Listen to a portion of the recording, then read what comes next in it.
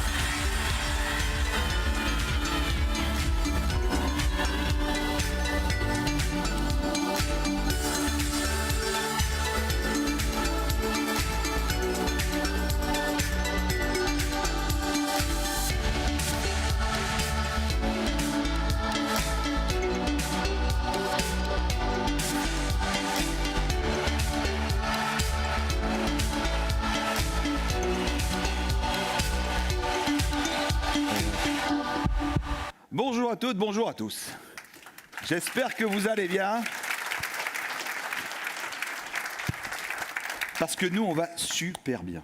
Je ne sais pas si vous êtes rentrés dans la salle, mais c'est une ruche. C'est merveilleux. C'est toujours d'ailleurs une joie, un privilège de vous retrouver ici, à l'Accor Arena, où vous, derrière votre écran, depuis les 4 coins du monde, et partagez ainsi, ensemble, un instant de vie incroyable. Un instant vrai, ici et maintenant. Et d'ailleurs, quand on parle de l'Accor Arena, Fabienne Moser, qui est, on peut dire, la taulière du coin, nous fait l'amitié d'être avec nous. Je vous demande de l'accueillir. Fabienne Moser.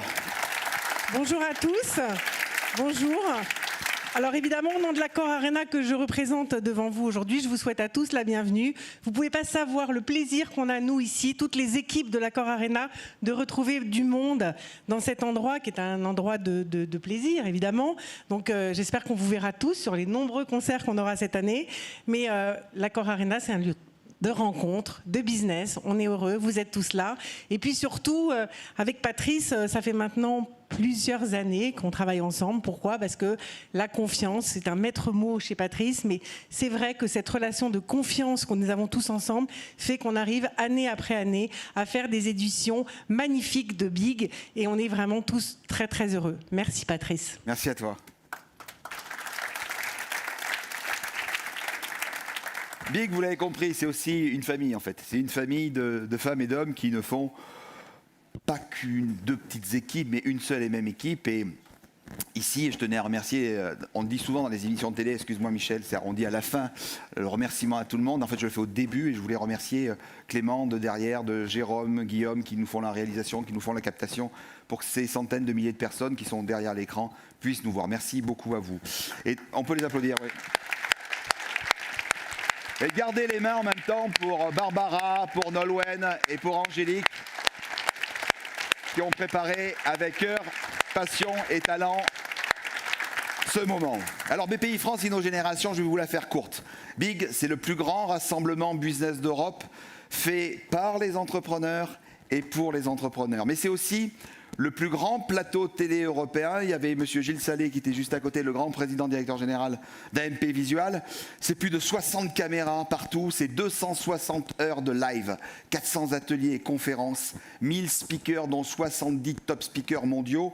Et comme le disait très bien Fabienne, c'est la 7e édition. 7e édition de BPI France InnoGénération, la journée des entrepreneurs. Une journée pour servir l'avenir. Permettre tout simplement en fait, à ces femmes et à ces hommes, ces entrepreneurs, d'oser grandir pour servir l'avenir. C'est la raison essentielle de BPI France. BPI France, comme vous le savez, vous conseille, vous entrepreneurs qui êtes là, vous accompagne, tous les entrepreneurs français, quelles que soient les décisions à prendre, les épreuves à traverser. Et Dieu sait qu'on en a traversé depuis le mois de mars 2020. Tout se passe comme... J'allais dire, s'ils venaient, les entrepreneurs, chercher chez nous un peu l'énergie, un peu l'impulsion et même l'autorisation d'aller conquérir l'avenir. Alors 2021, l'année du renouveau, de la création, de l'innovation, de la réinvention de tous les modèles, l'année de l'accélération de la transformation. On aurait pu vous dire c'est l'année de la transformation. On n'est pas du tout comme ça chez nous, c'est l'accélération de la transformation. Alors c'est vrai que si on fait un rapide retour, si on parle de 2020, je voulais vous le faire très courte, 2020 a voulu nous abattre, a voulu nous mettre à l'arrêt. Et puis 2021, on a osé, on a rêvé, on a innové, on est parti à la rencontre des Français, des entrepreneurs. J'allais vous dire, on est parti un petit peu à la conquête du monde parce qu'on est un petit peu fou dans cette période-là. Et le mot conquête, conquérir, c'est grandir. Conquérir, c'est tout simplement croire en ses rêves. Conquérir, c'est rester vivant. Conquérir, c'est toujours aller de l'avant, ne jamais regarder derrière soi. Conquérir, en fait, c'est vivre. Hein. C'est vivre sa vie, c'est prendre des risques. Conquérir, c'est plus que jamais être libre. Et vous allez les voir, les entrepreneurs qui vont venir. Ils sont libres. Et la liberté, elle vous appartient. Elle appartient surtout à celles et ceux qui la conquièrent. Et nous avons l'habitude de dire, prenez vos risques. Vivez vos vies. Faites vos jeux. Conquérir, c'est aussi dominer sa peur. Conquérir, c'est ne jamais céder, mais toujours céder. Jeu de mots. C-E-D-E-R et jamais S'-A-I-D-E-R. Ça veut dire s'entraider. Conquérir, c'est avoir confiance. Et nos 18 merveilleux et merveilleuses intervenants de ce matin, 9 femmes, 9 hommes, si j'avais des mots à leur dire, là, ils sont incroyables, ils sont audacieux, ils sont courageux, ils sont authentiques. Et ce que je vous demande, c'est de vous livrer, les amis. Hein. Sans ego, sans filtre, sans peur, avec la niaque qui est la vôtre, votre énergie. Elles ou ils sont chefs d'entreprise, des artistes, des héros quotidiens. Alors, comment font-elles? Comment font-ils pour toujours avancer, libérer leur énergie? On s'est dit, le en avant, là, ça propulse tout. Vous ressortez, vous dites, en fait, je suis salarié, je deviens entrepreneur. Et là, on aura gagné. Parce qu'il faut qu'on double le nombre d'entrepreneurs en France. Donc, vous allez nous le dire à la fin, et on le saura rapidement. Et à l'heure où certains cèdent à la peur,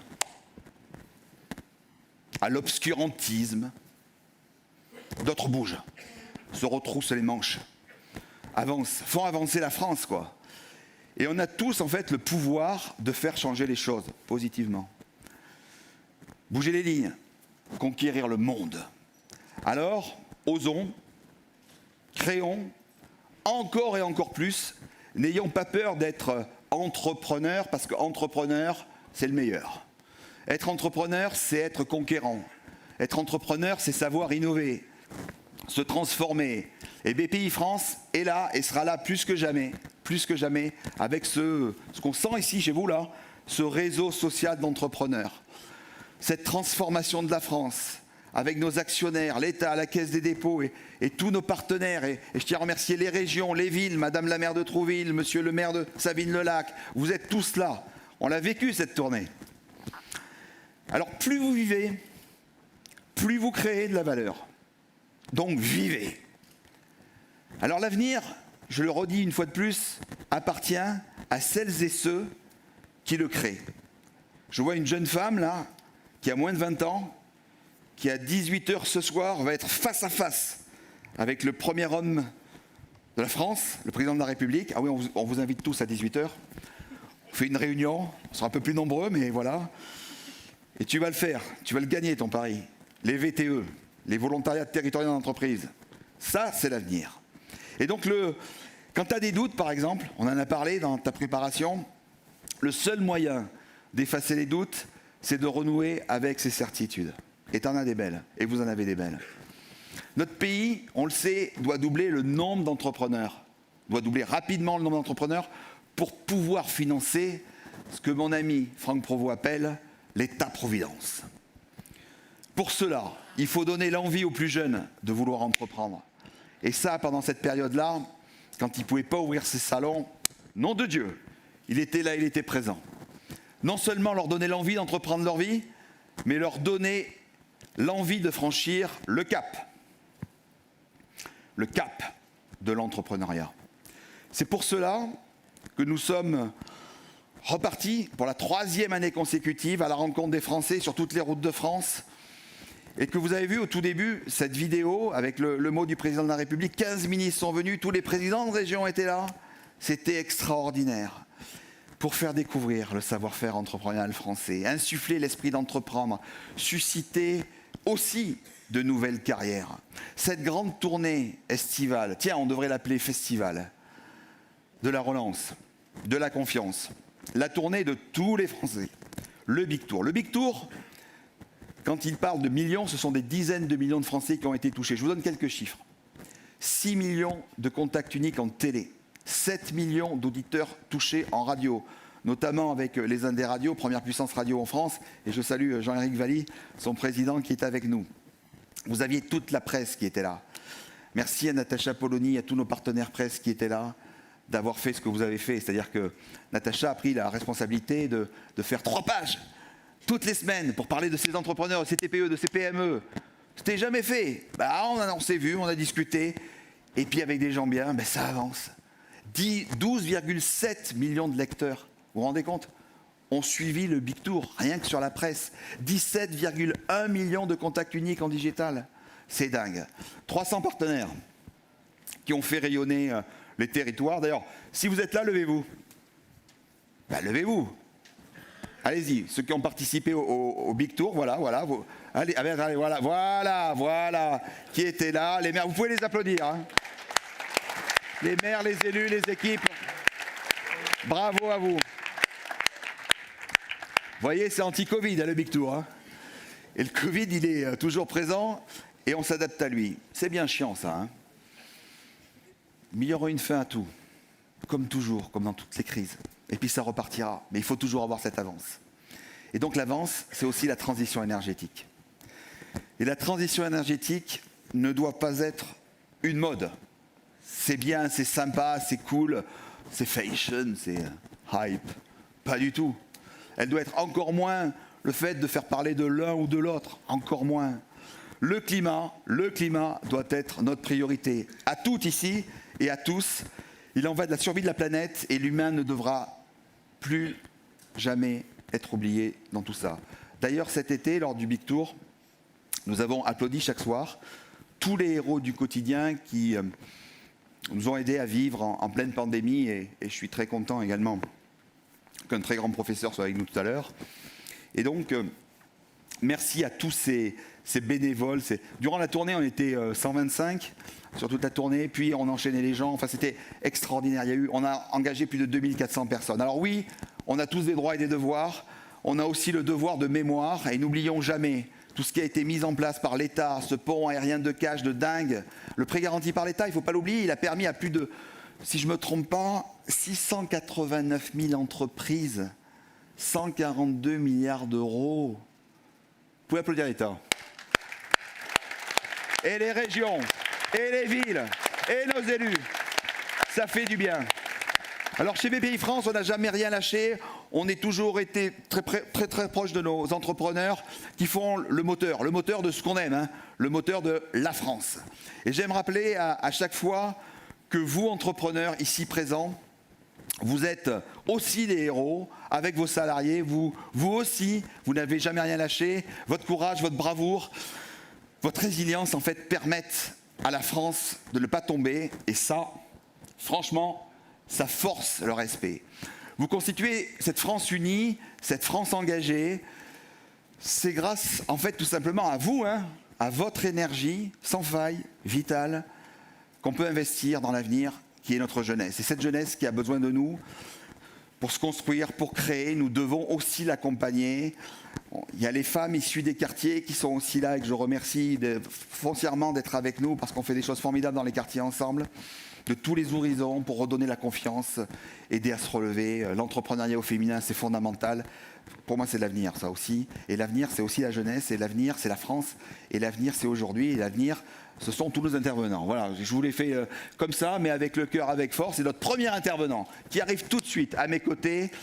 Il a débuté sa carrière en ouvrant un salon de coiffure, petite boutique, dans le 78, à Saint-Germain-en-Laye. Aujourd'hui, son groupe, c'est plus de 3000 salons à travers le monde. La pandémie a aussi, comme je vous l'ai dit tout à l'heure, bouleversé son activité, mais il n'a jamais rien lâché, rien. Pour les équipes, pour ses franchisés, pour ses clients, nous, ses mains de maître l'ont porté au sommet, mesdames et messieurs, Franck Provost.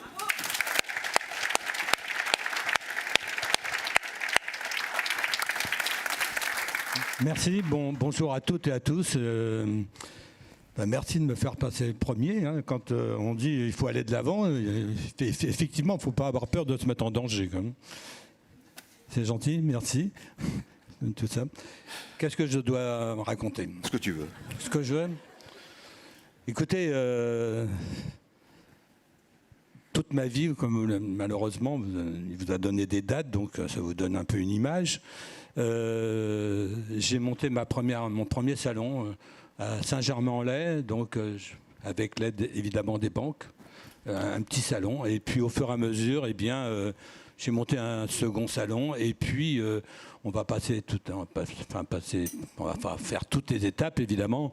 Et aujourd'hui, c'est devenu un groupe important en rachetant d'autres groupes.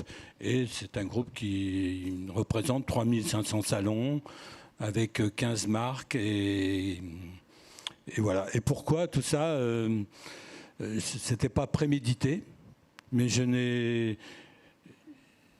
toujours aimé ce métier. C'est la passion qui m'a donné envie d'aller plus loin. Évidemment, quand j'ai commencé ce métier, j'ai commencé l'apprentissage dans une petite ville de province, et ça m'a pas... J'avais pas envisagé tout ça, quoi. Et j'ai découvert ce métier au fur et à mesure. C'est un métier, moi je vous parle de la coiffure, mais évidemment dans tous les métiers, je pense que c'est la même chose, qui nous apporte tellement de choses. On peut devenir surtout entrepreneur. En commençant l'apprentissage, on peut devenir entrepreneur. C'est un métier qui nous amène à côtoyer toutes les couches de la société, parce que tout le monde se fait coiffer, du président de la République à la caissière du supermarché. Et quand on est curieux, je pense que ce qui est important, c'est d'aimer les gens. Moi, c'est ça a toujours été mon moteur. J'ai toujours aimé mes collaborateurs, je les ai toujours fait grandir. On a toujours pensé aussi à l'avenir, à les former pour qu'ils deviennent justement entrepreneurs. Et ça a été mon moteur toute ma vie. ne sais plus où j'en étais, mais... Toute ta vie, ton moteur. Oui, la passion, parce que aimer les gens, c'est l'essentiel. Et la passion est importante dans n'importe quelle profession que vous faites. Moi, j'ai découvert ce métier, comme je vous l'ai dit, où on peut rencontrer tellement de monde, et puis on peut voyager, parce que avec juste un peu de volonté et de passion, eh bien, avec une paire de ciseaux et un peigne, on peut aller dans le monde entier travailler. Et on travaille pour le théâtre, pour le cinéma, pour la mode. On peut devenir manager, on peut devenir franchisé, on peut devenir... c'est infime ce que ça peut apporter. Donc, moi, ça a été ma passion. Je n'ai pas calculé auparavant mais ce que j'allais faire. Mais au fur et à mesure, étape par étape, on met le curseur un peu plus loin. Et moi, ce qui m'a fait avancer, c'est aussi mes collaborateurs, parce que, en réalité, mes collaborateurs, quand au début, je ne voulais pas les perdre, hein, parce que c'était des équipes. On avait fait vraiment, quand on faisait un record le samedi, on buvait un verre ensemble. Enfin, c'était vraiment une équipe. Et pour ne pas les perdre, eh bien, ce que j'ai fait, j'ai ouvert un deuxième salon avec eux, et puis un troisième avec chaque personne. Et comme j'avais réussi mon premier salon, les banques me faisaient confiance. Et donc, j'ouvrais 1 ou 2 salons et je les associais, ils n'amenaient pas d'argent. Et juste avec leur travail, je leur revendais les parts avec leurs résultats, quoi. Et ça a été les 20 premiers salons, j'ai fait de cette façon avec des collaborateurs. Et ça a été vraiment le socle de l'entreprise. Parce que les 20 premières années, c'est important. Peut-être que ça va plus vite maintenant, hein, de créer le socle de cette entreprise qui vous donne après l'assise pour pouvoir aller plus loin, quoi. Et donc ensuite, j'ai ouvert la franchise, l'international aussi, c'est très important. Aujourd'hui, on est numéro 1, par exemple, en Espagne, en Italie, au Portugal, en Hollande, ou encore aux Pays-Bas. Et donc, voilà, faut passer les frontières. Il faut aller de l'avant. Toujours de l'avant, il ne faut pas avoir peur. Et c'est vrai qu'il faut vivre sa vie, tu l'as dit tout à l'heure, avoir envie de vivre sa vie. Ouais. Et aujourd'hui, je suis quelqu'un, effectivement, de très heureux. Et je me passionne pour la formation, parce que je crois qu'effectivement, on est quand même un tournant, un changement de société quand même. Je vois, nous, là, dans nos métiers, on est obligé également de se réinventer. Et ça, c'est passionnant, parce que finalement, après, c'est le train-train. Et là, on est obligé de se réinventer. Et on travaille beaucoup maintenant. La coiffure, on n'aurait jamais pensé que le digital était primordial. Et pourtant, ça l'a été. Et maintenant, avec le Covid, ça a été extraordinaire, le digital. Ça nous a permis de prendre des rendez-vous en ligne et tout. Puis il y a beaucoup de choses qui aujourd'hui sont primordiales à ce niveau-là. Et il faut passer ce cap et donc se réinventer. Et je pense qu'il faut se réinventer, même dans les salons de coiffure, de revoir un petit peu tout ce qui se faisait avant. Et bien sûr, il faudra toujours un miroir et une cliente, hein, ou un client. Mais il y a quand même tout un environnement qui change et c'est plus du tout ce que c'était quand j'ai compris. J'ai déjà dépassé les 4 minutes, mais ça c'est pas grave. Oui, je savais pas quoi dire, finalement j'étais parti quand même. Hein. Ils sont 17. Je vous demande d'applaudir mon ami Franck Provost. Merci. Merci Franck. Merci. Mais... normalement, ça devrait être au moins 2 heures. Normalement. Il y a beaucoup de choses à dire.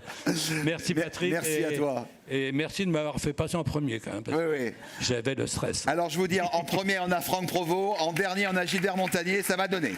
Merci beaucoup. Alors l'année dernière, nous avons parlé de liberté.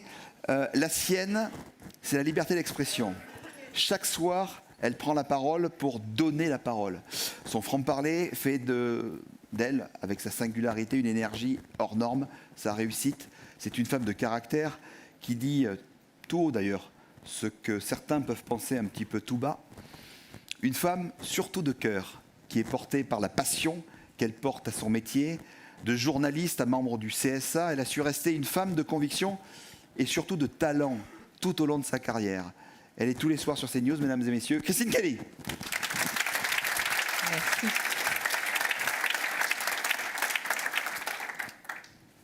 J'aurais tellement de choses à dire que je pense que je vais commencer par une image et terminer par une image. Et je dirais que pour aller de l'avant, je pense qu'il faut jouer avec le vent. Et souvent, les vents sont contraires. En Guadeloupe, on a l'habitude de faire face aux cyclones violents, 300 km/h parfois, des vents qui détruisent tout. Mais à un moment, tout se calme. À ce moment-là, on est dans l'œil du cyclone. On sort, on constate les dégâts, on pleure, les enfants rigolent. Et ça repart dans l'autre sens de plus belle. Quand on est dans l'œil du cyclone, tout s'écrase autour, mais on a une telle sérénité. Et pour moi, aller de l'avant, c'est rester dans la sérénité, dans l'œil du cyclone. Tant qu'on est dans l'œil du cyclone, tout s'écrase autour de nous, mais on est dans la sérénité. Et je dirais qu'à ce moment-là, on peut rêver, oser, avancer, innover. Et je dirais même que les talents qui permettent d'avancer et d'arriver à ces objectifs, il faut après du caractère pour tenir. Il faut des talents et il faut du caractère. Et ma dernière image, je ferai court, je rattraperai le temps de Franck. Ma dernière image, c'est toujours jouer avec le vent. Je prends toujours l'image de la poule et de l'aigle. La poule, elle becquette tout le temps ce qu'il y a à ses pieds. Des petits détails. Elle ne voit pas loin. L'aigle s'envole très haut. Il joue avec les vents. Il joue avec les vents contraires pour avoir une altitude, pour relativiser, pour aller plus haut, pour aller plus loin, jouer avec le vent. Merci. Merci beaucoup.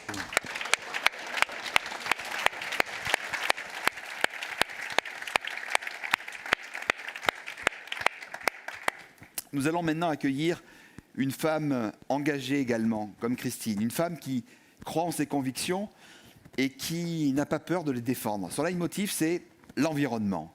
Elle est d'ailleurs la première femme éclaireuse. C'est cette fameuse communauté du coq vert, communauté des entreprises engagées, tout simplement pour le climat. Chaque jour, elle contribue à faire bouger les choses en provoquant des prises de conscience sur les enjeux environnementaux. Alors, ce n'est pas une extrémiste, parce que moi, je n'aime pas les extrémistes. Elle non plus. C'est une réaliste. Vice-présidente d'un groupe que vous connaissez toutes et tous, Bureau Vallée. Elle est aussi fondatrice d'un super réseau, qui est le réseau des bergers. Elle n'est pas très à l'aise. Ce que je vous demande, c'est de l'applaudir. Je vous demande d'accueillir Christelle Jaffray. Merci. Moi aussi, je suis stressée. Et pourtant, je suis troisième. Bonjour à tous. Merci Patrice pour cette belle et engageante introduction. Alors en fait, la conquête, pour moi en avance, c'est la conquête vers l'écologie. Je suis une entrepreneuse. Il se trouve que ces dernières années, j'ai été assez marquée par plusieurs messages de journalistes, de médias, mais aussi par-dessus la fenêtre d'observer le climat et tout ce qui s'y passait. Et un jour, j'ai entendu un climatologue qui projette qu'en 2050, il fera quasiment 45 degrés à Paris. Je suis maman, j'ai 2 enfants, je croise le regard de mes enfants, je me projette, j'aurai 70 ans, j'aurai fait une belle partie de ma vie, mais mes enfants, eux, ils auront mon âge. Et là, je n'ai une angoisse, une vraie préoccupation, qui se transforme en colère. Et je me dis, qu'est-ce que j'en fais de cette colère? Je la mets au service de quoi? J'ai décidé de la mettre en mouvement, de la mettre au service d'actions autour de l'écologie. Alors, je vais vous partager 3 moments qui ont marqué un peu mon parcours. Premier parcours de vie, j'ai 40 ans, il me reste le deuxième. Le premier, c'est dans une entreprise familiale, Bureau Vallée, Patrice l'a dit, entreprise montée par mon père. On y développe des actions écologiques, peut-être un peu plus tôt que tout le monde. Mon père est fils d'Auvergnat, et avec cette préoccupation de la nature et de la terre. Alors ça se concrétise par des choses qui sont assez banales aujourd'hui. C'est du vrac, c'est du reconditionné, c'est de l'occasion, c'est de la notation écologique. Il y a un seul point commun dans tout ça, c'est moins cher pour le client, c'est plus écologique et c'est rentable. Nous sommes des entrepreneurs, un modèle économique est possible. Le deuxième action et moment un petit peu plus engageant, c'est la création par la famille d'un fonds de dotation actionnaire qui a la particularité de faire rayonner les projets éthiques et sociétaux, mais un peu plus que ça, on décide en famille de renoncer à la transmission des actions. Normalement, de parents à enfants, on transmet les actions. Et on décide de dire que non, l'enjeu n'est plus à la transmission et à recevoir des dividendes, en tout cas pour nous, c'est de dire qu'on va les sanctuariser dans ce fonds de dotation et on va faire en sorte que toutes ces actions soient portées vers l'avenir et vers des projets qui touchent l'écologie et plus particulièrement le climat. Le troisième moment, plus récent, plus personnel, je décide de changer, je quitte la direction générale de Bureau Vallée et je décide d'aller vers un secteur qui me touche particulièrement, qui est celui de la nature, celui de l'agriculture, et je décide de monter une entreprise au service des agriculteurs et de mettre ces compétences que j'ai eu la chance d'acquérir dans cette entreprise familiale au profit d'entrepreneurs et de mettre ces compétences pour créer un réseau qui s'appelle les bergers et qui, j'espère, permettront de passer non plus de 1 700 000 agriculteurs en 70 à 400 000, mais de 400 000 et peut-être retrouver ces 1,7 million. Parce que nous, les Français, on a envie de manger français, on a envie de manger local, on a envie de manger bio. On sait ô combien les agriculteurs ont un rôle majeur dans les aléas climatiques. Ils sont au contact de la terre, alors prenons soin d'eux pour qu'ils prennent soin de la terre et osons conquérir et osons avancer dans ce sens. Si j'ai un dernier message à partager avec vous, c'est que je ne sais pas ce qui va se passer. Je ne sais pas où cette aventure va me porter. Je ne sais pas où elle va me mener. Mais une chose est sûre, c'est qu'elle ne me mènera pas vers des regrets, les regrets de n'avoir rien fait. Merci. Merci Patrice.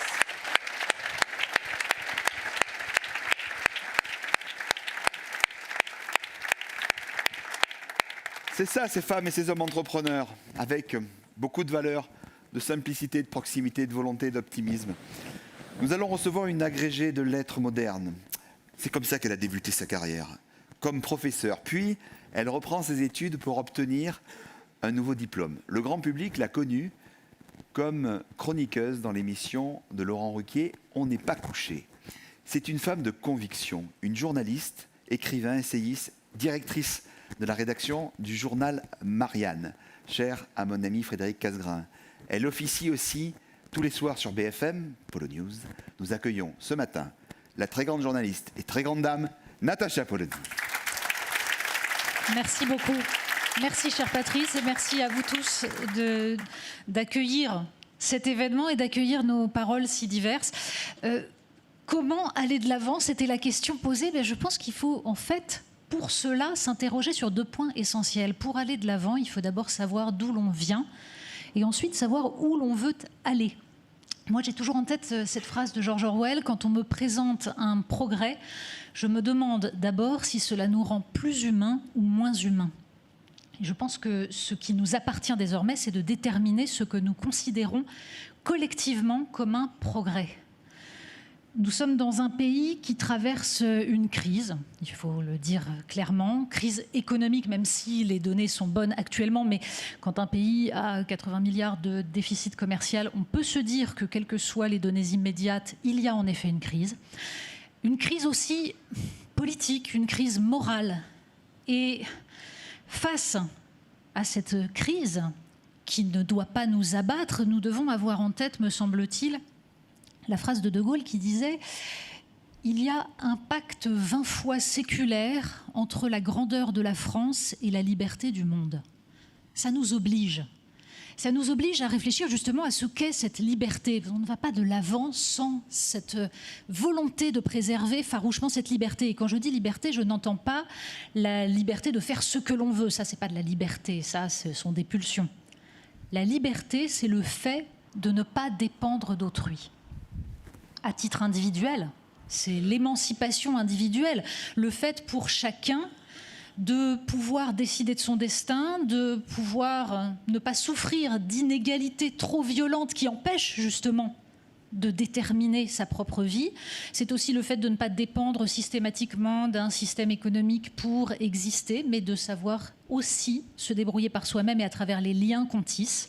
Et puis c'est la souveraineté collective. Nous avons vu avec cette crise sanitaire, le coronavirus, à quel point il n'y a pas de liberté quand on ne sait pas produire, quand on n'est pas capable de, à titre collectif, quand on est une nation, quand on n'est pas capable de tout simplement donner à ses citoyens ce dont ils ont besoin pour se protéger.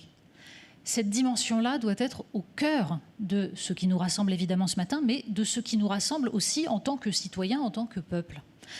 La liberté, c'est une culture de la production et ça commence à l'école. Ça commence dans la façon dont on élève les enfants, avec l'idée de la récompense au mérite, avec le goût de l'effort, le goût du risque, mais aussi avec la fierté justement de produire. Ce que peut-être notre école ne fait pas suffisamment, et c'est une des dimensions sur lesquelles nous devrions réfléchir, tout simplement cette idée que pour n'importe quel enfant, avoir fait quelque chose de ses propres mains, c'est comprendre le bonheur qu'il y a à créer. Et cela, on le porte toute sa vie et on le reproduit. Il y a la dimension de l'école, il y a la dimension aussi, derrière, du rôle de l'État. Parce que les individus qui ont envie de créer, qui ont envie de prendre des risques, de bouger, ils ont besoin aussi d'un État, non pas qui leur dise ce qu'ils doivent faire, mais d'un État qui va leur donner les moyens d'exercer leur propre créativité et qui va être capable de déterminer dans quel sens nous voulons aller, vers quelle société nous voulons aller à travers cette capacité à créer et à produire. Ça veut dire tout simplement dessiner une société qui préserve une haute idée de l'homme, de sa liberté, de son existence dans la nature, on en a parlé à l'instant, de son rapport au monde. C'est tout cela qui doit se jouer dans le rapport entre les entrepreneurs, les créateurs et l'État.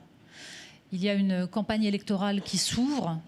La question à se poser, c'est pas de savoir qui va marcher sur les pieds de qui va aller plus vite que qui, on s'en fiche. La question, c'est de savoir si nous voulons préserver cette idée d'une nation dans laquelle ce n'est pas la naissance qui détermine le destin des individus. Et que chacun, s'il en a envie, s'il en a en lui la force, peut dessiner son propre destin et faire en sorte qu'il apporte quelque chose à la collectivité. Cela passe par la constitution d'une école qui offre ces moyens-là. Cela passe par la détermination de toutes les armes qui vont permettre tout simplement d'irriguer des territoires avec des entreprises, avec des artisans, avec des industries qui vont faire vivre ces territoires dans leur ensemble, qui ne vont pas laisser sur le côté des pans entiers du pays qui vont se désertifier pendant que d'autres prospèrent. C'est tout cela qui sera l'enjeu de l'année à venir. Et aller de l'avant, c'est tout simplement regarder loin et savoir que nous avons à construire une société qui, certes, permet le bien-être individuel, mais qui aussi pense le bonheur collectif. Ce n'est pas un gros mot et ça se dessine tous ensemble. Merci. Merci. Merci beaucoup, Eva.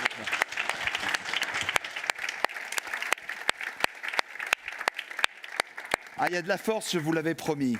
On a beaucoup parlé aussi, vous le savez, des soignants durant la pandémie, mais on n'a pas parlé toujours des aidants. Et pourtant, il faut que vous sachiez et que vous ayez ce chiffre en tête, 11 millions de personnes aidantes en France. 11 millions de personnes aidantes qui assistent dans ces actes de la vie quotidienne, une personne de son entourage proche qui fait tout avancer. En fait, plus l'âge avance, la maladie arrive, l'autonomie est moins forte. C'est la vie. Et pour ça, nous avons la chance d'avoir avec nous aujourd'hui François-Xavier Selleret, qui est le directeur, le patron. Vous connaissez Agir Carco sur votre... Ouais, tout le monde fait comme ça. Il y a beaucoup de cadres. Mais c'est le boss. Il est venu ce matin pour nous parler, évoquer comment, tous ensemble, on peut faire avancer les choses. Bonjour. C'est le boss de vos fiches de paye. Merci de ces propos d'introduction. Effectivement, quand je présente l'Agir Carco, je dis nous avons 50 millions de clients. Et quand on est client chez nous, on est client 70 ans. Donc, je ne sais pas si je suis votre boss, je serais plutôt votre serviteur. Parce que mon objectif, c'est de garantir à chacun d'entre vous un service et le paiement des retraites dans la durée. Donc, quand on a fait cette démarche d'aide aux aidants, on se pose chaque matin la question comment on peut mériter votre confiance. Le principe d'un régime de retraite en répartition, c'est que les actifs que nous sommes cotisent pour payer les retraites de nos parents, de nos grands-parents. Mais si on veut avoir confiance, la confiance, ça ne se décrète pas, on le sait tous. La confiance, ça se prouve. La confiance, ça s'incarne. Et donc, nous, on s'est posé la question, comment on peut être utile à chacun d'entre nous? Et donc, c'est pour ça qu'on a lancé la démarche d'aide aux aidants.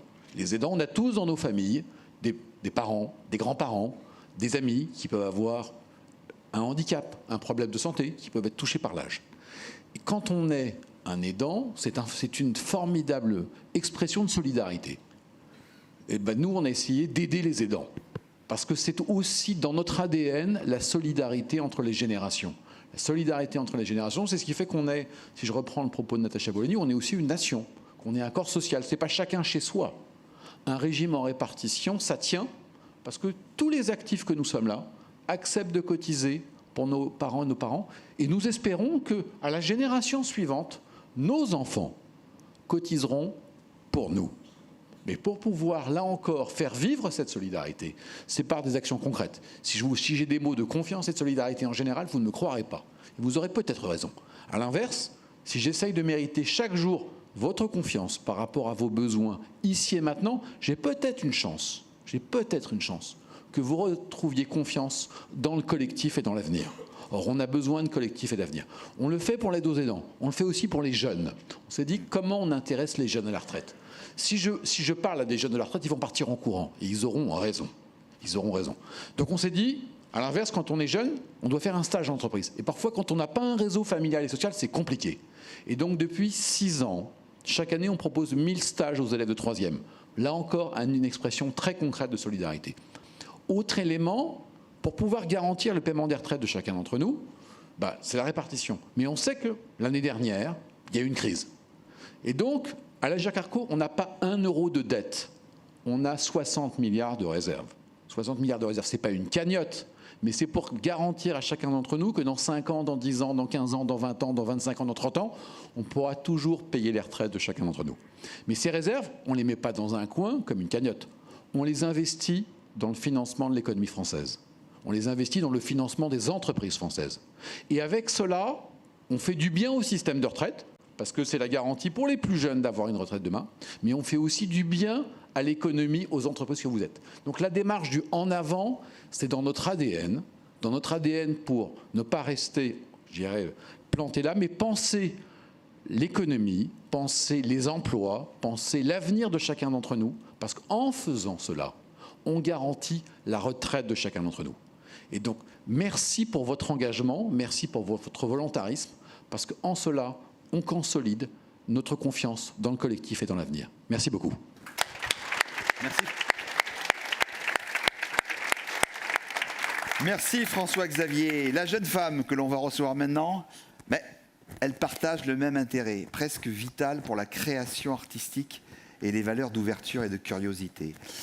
En même temps que l'envie de construire, on a parlé tout à l'heure de bonheur au quotidien et surtout sans attendre demain.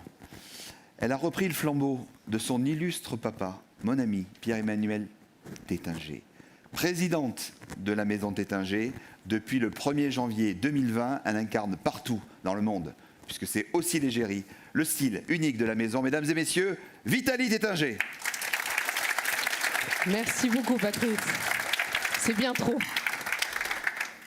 Donc voilà, déjà, je suis très heureuse d'être avec vous et je pense que si on a la parole, c'est quelque part pour vous dire quelque chose qui vient du cœur. Je ne vais pas essayer de vous raconter des histoires, mais je vais vous dire comment moi, j'avance et comment mon entreprise avance aussi avec moi et en fait ce que j'ai envie de lui donner et ce que j'ai envie de donner aux gens qui sont à côté de moi. Déjà, en avant, déjà pour prononcer cette phrase, il faut avoir regardé ce qui se passe. Parce que sinon, on a aussi les chances de se prendre quelques murs, de faire des contresens, d'aller sur des côtés. Et pour moi, le plus important, c'est déjà de regarder le monde et de s'interroger sur ce qu'on voit vraiment. Pas ce qu'on veut avoir, pas ce qu'on veut être, ce qu'on voit.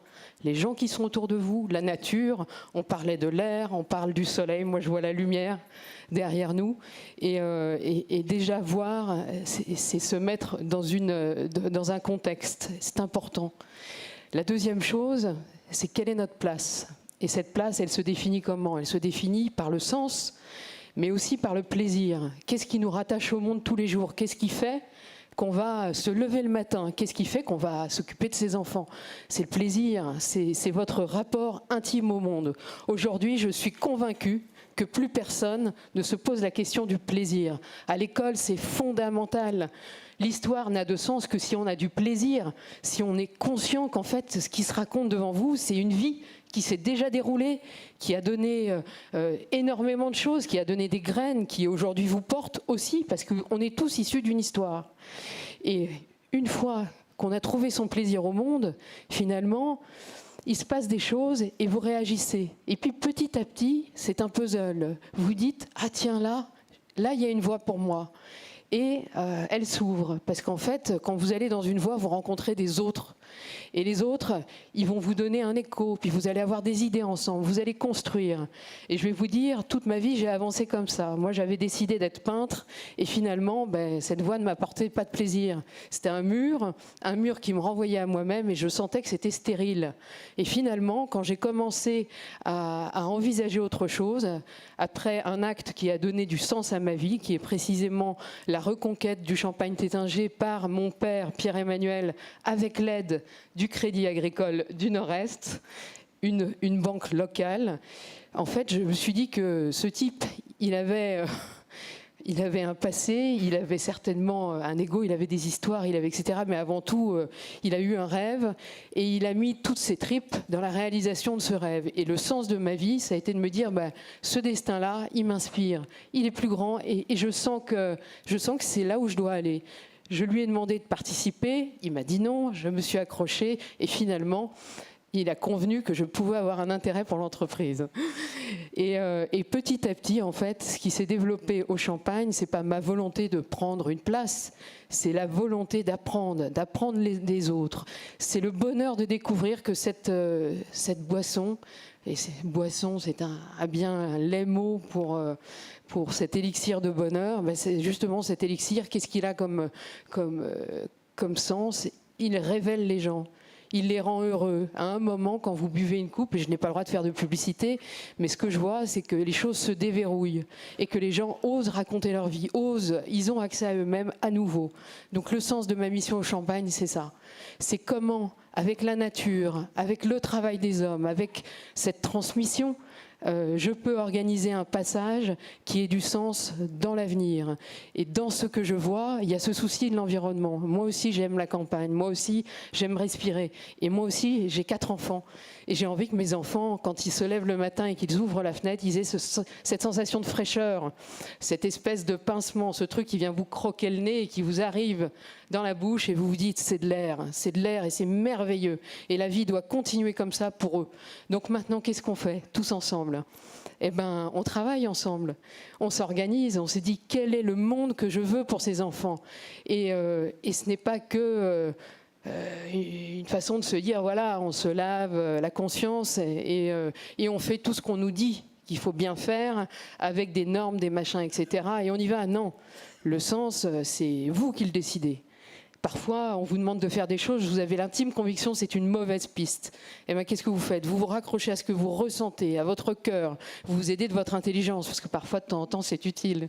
Et puis, vous prenez votre décision et vous la testez. Voilà, moi, ce que j'ai envie de vous dire, c'est en avant, c'est cette liberté aussi de réinterroger les choses chaque jour et de faire en sorte qu'elles collent avec ce que vous avez envie de rejoindre en termes de vision. Une belle vision, une vision de la vie, une vision du monde, ensemble. Merci beaucoup. Merci beaucoup. Vitaly Tétinger. Ah, ça fait du bien, ça fait du bien. Depuis près de 20 ans, son groupe accompagne les grands groupes, les ETI, les PME dans leur transformation et leur innovation pour répondre aux enjeux d'efficience, de résilience et d'innovation. 3000 consultants heureux de faire partie de Talent, puisque son président, que nous allons recevoir maintenant, vient d'être élu parmi les top 10 des meilleurs PDG de France du classement Glassdoor 2021. Je vous demande d'accueillir quelqu'un de fidèle sur le Big Tour, sur nos tournées, sur nos événements. Il est tunisien et incroyable. Monsieur Mehdi Ouass, le président directeur général, Monde de Talent.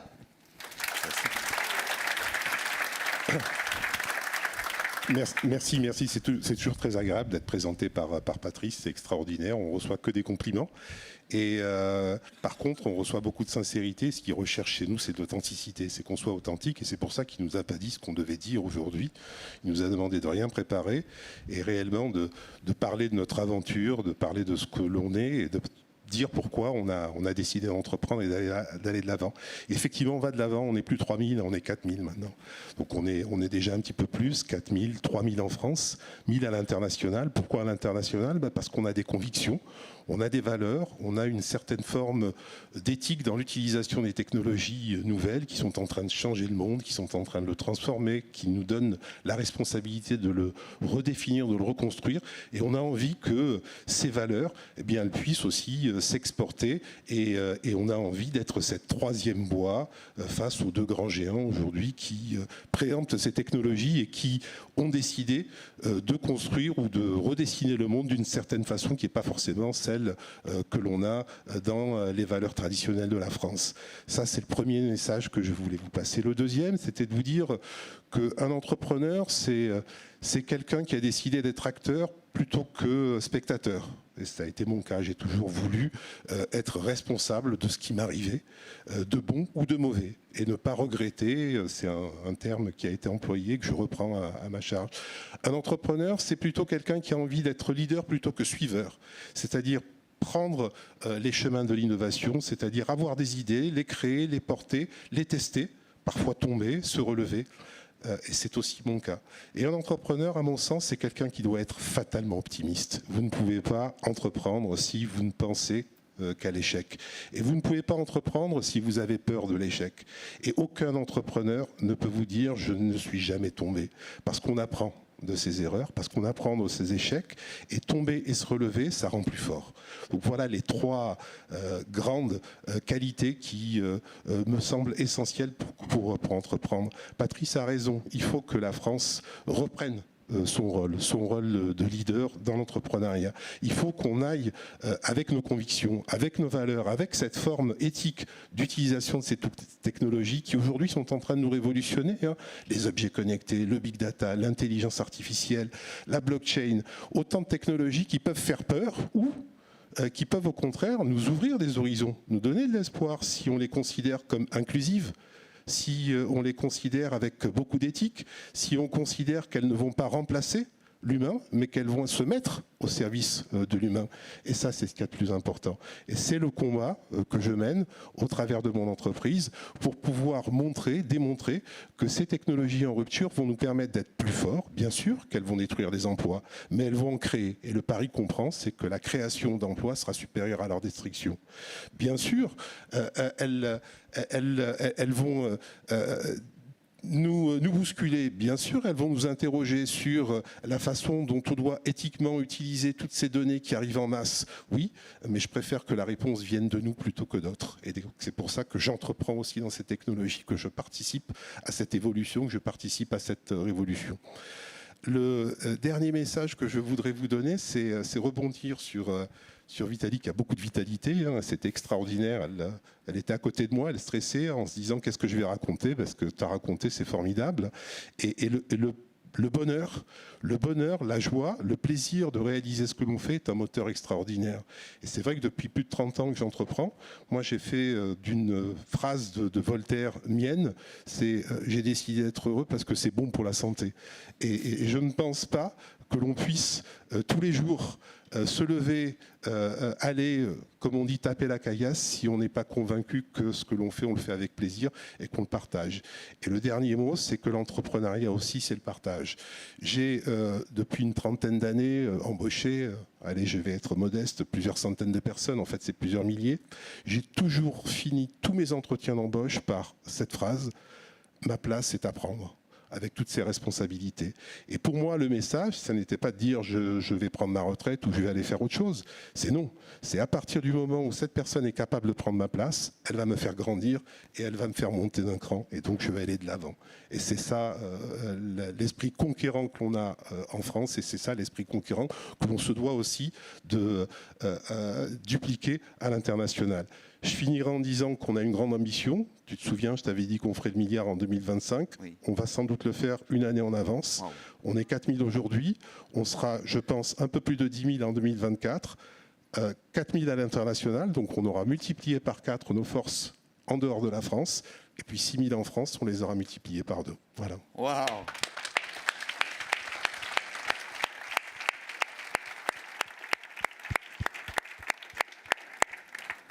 Il est l'un de nos meilleurs représentants de l'excellence française et sait toujours aller de l'avant. Après avoir servi 4 présidents de la République consécutifs pendant plus de 20 ans, ce meilleur ouvrier de France a été nommé ambassadeur de France pour la gastronomie en février dernier par le président de la République. Premier chef à occuper ce poste pour mettre en avant les produits du terroir et totalement repenser la gastronomie mondiale. Je vous demande d'accueillir le très grand chef, Monsieur Guillaume Gomez.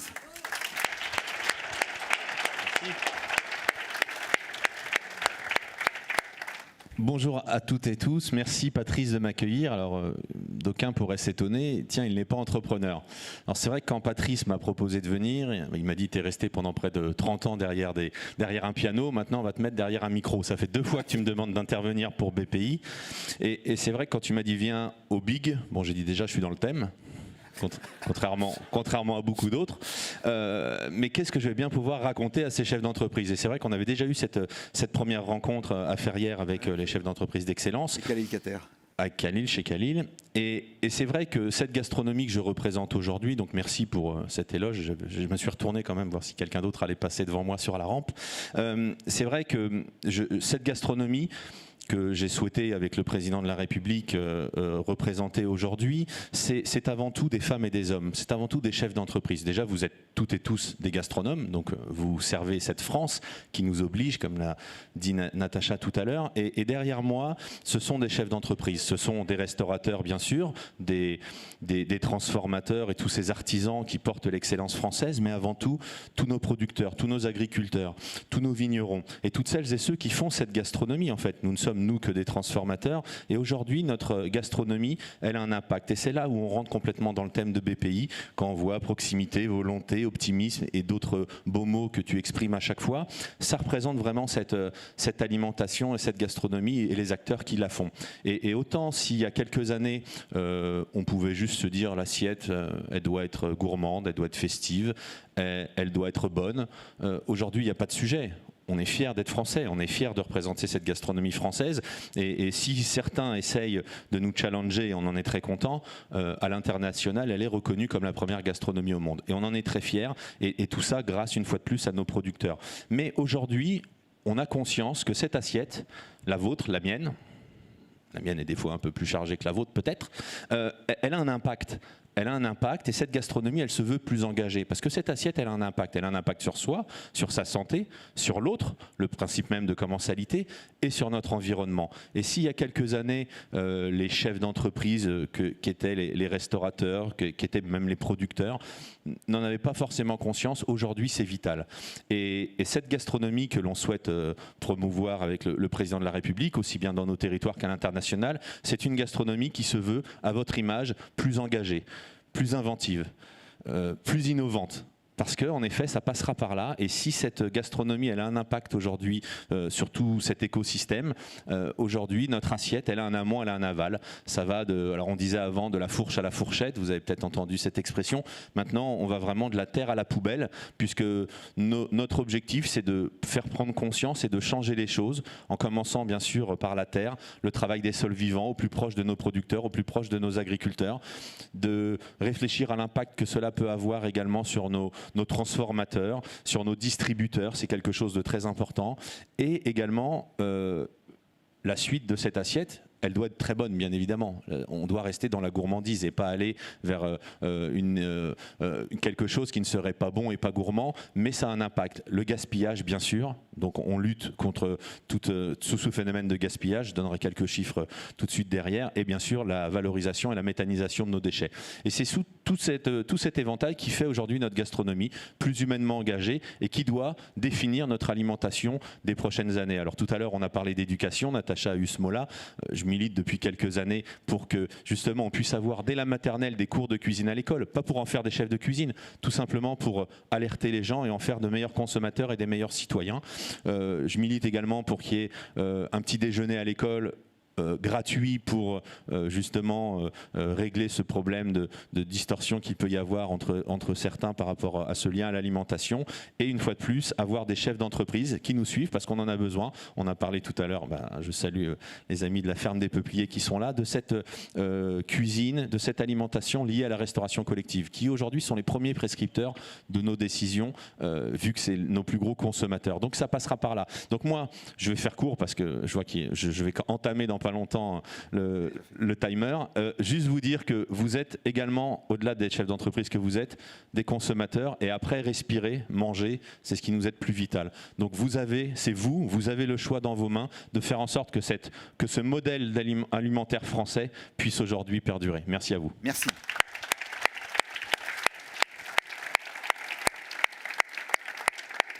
Nous allons recevoir maintenant deux femmes exceptionnelles. Pour l'une, la musique a totalement changé sa vie. Sa spécificité, c'est mélanger mots et mélodies.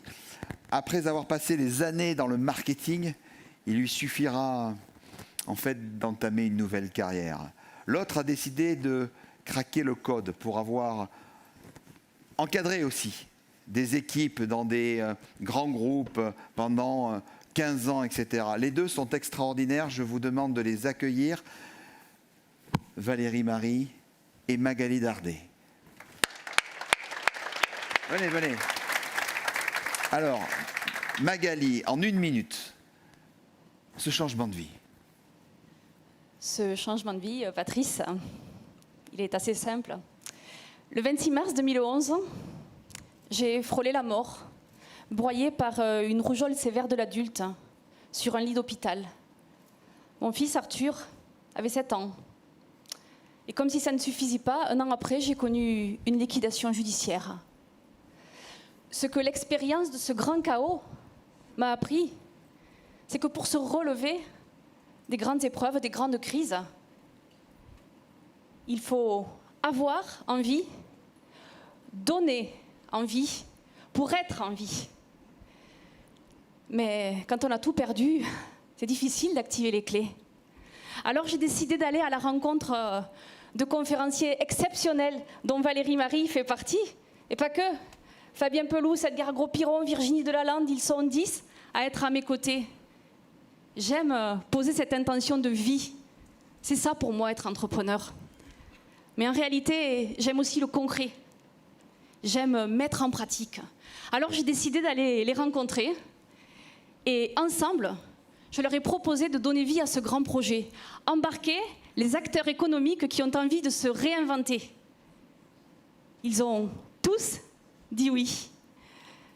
Et c'est comme ça que j'ai créé Craquer le Code, une tournée nationale de 18 dates dans des palais des congrès, avec 2 heures d'un show exceptionnel pour vous partager cette énergie qui m'a permis de me relever, ce truc magique. Un cocktail pour échanger, pour partager, pour remettre l'humain au cœur de notre identité.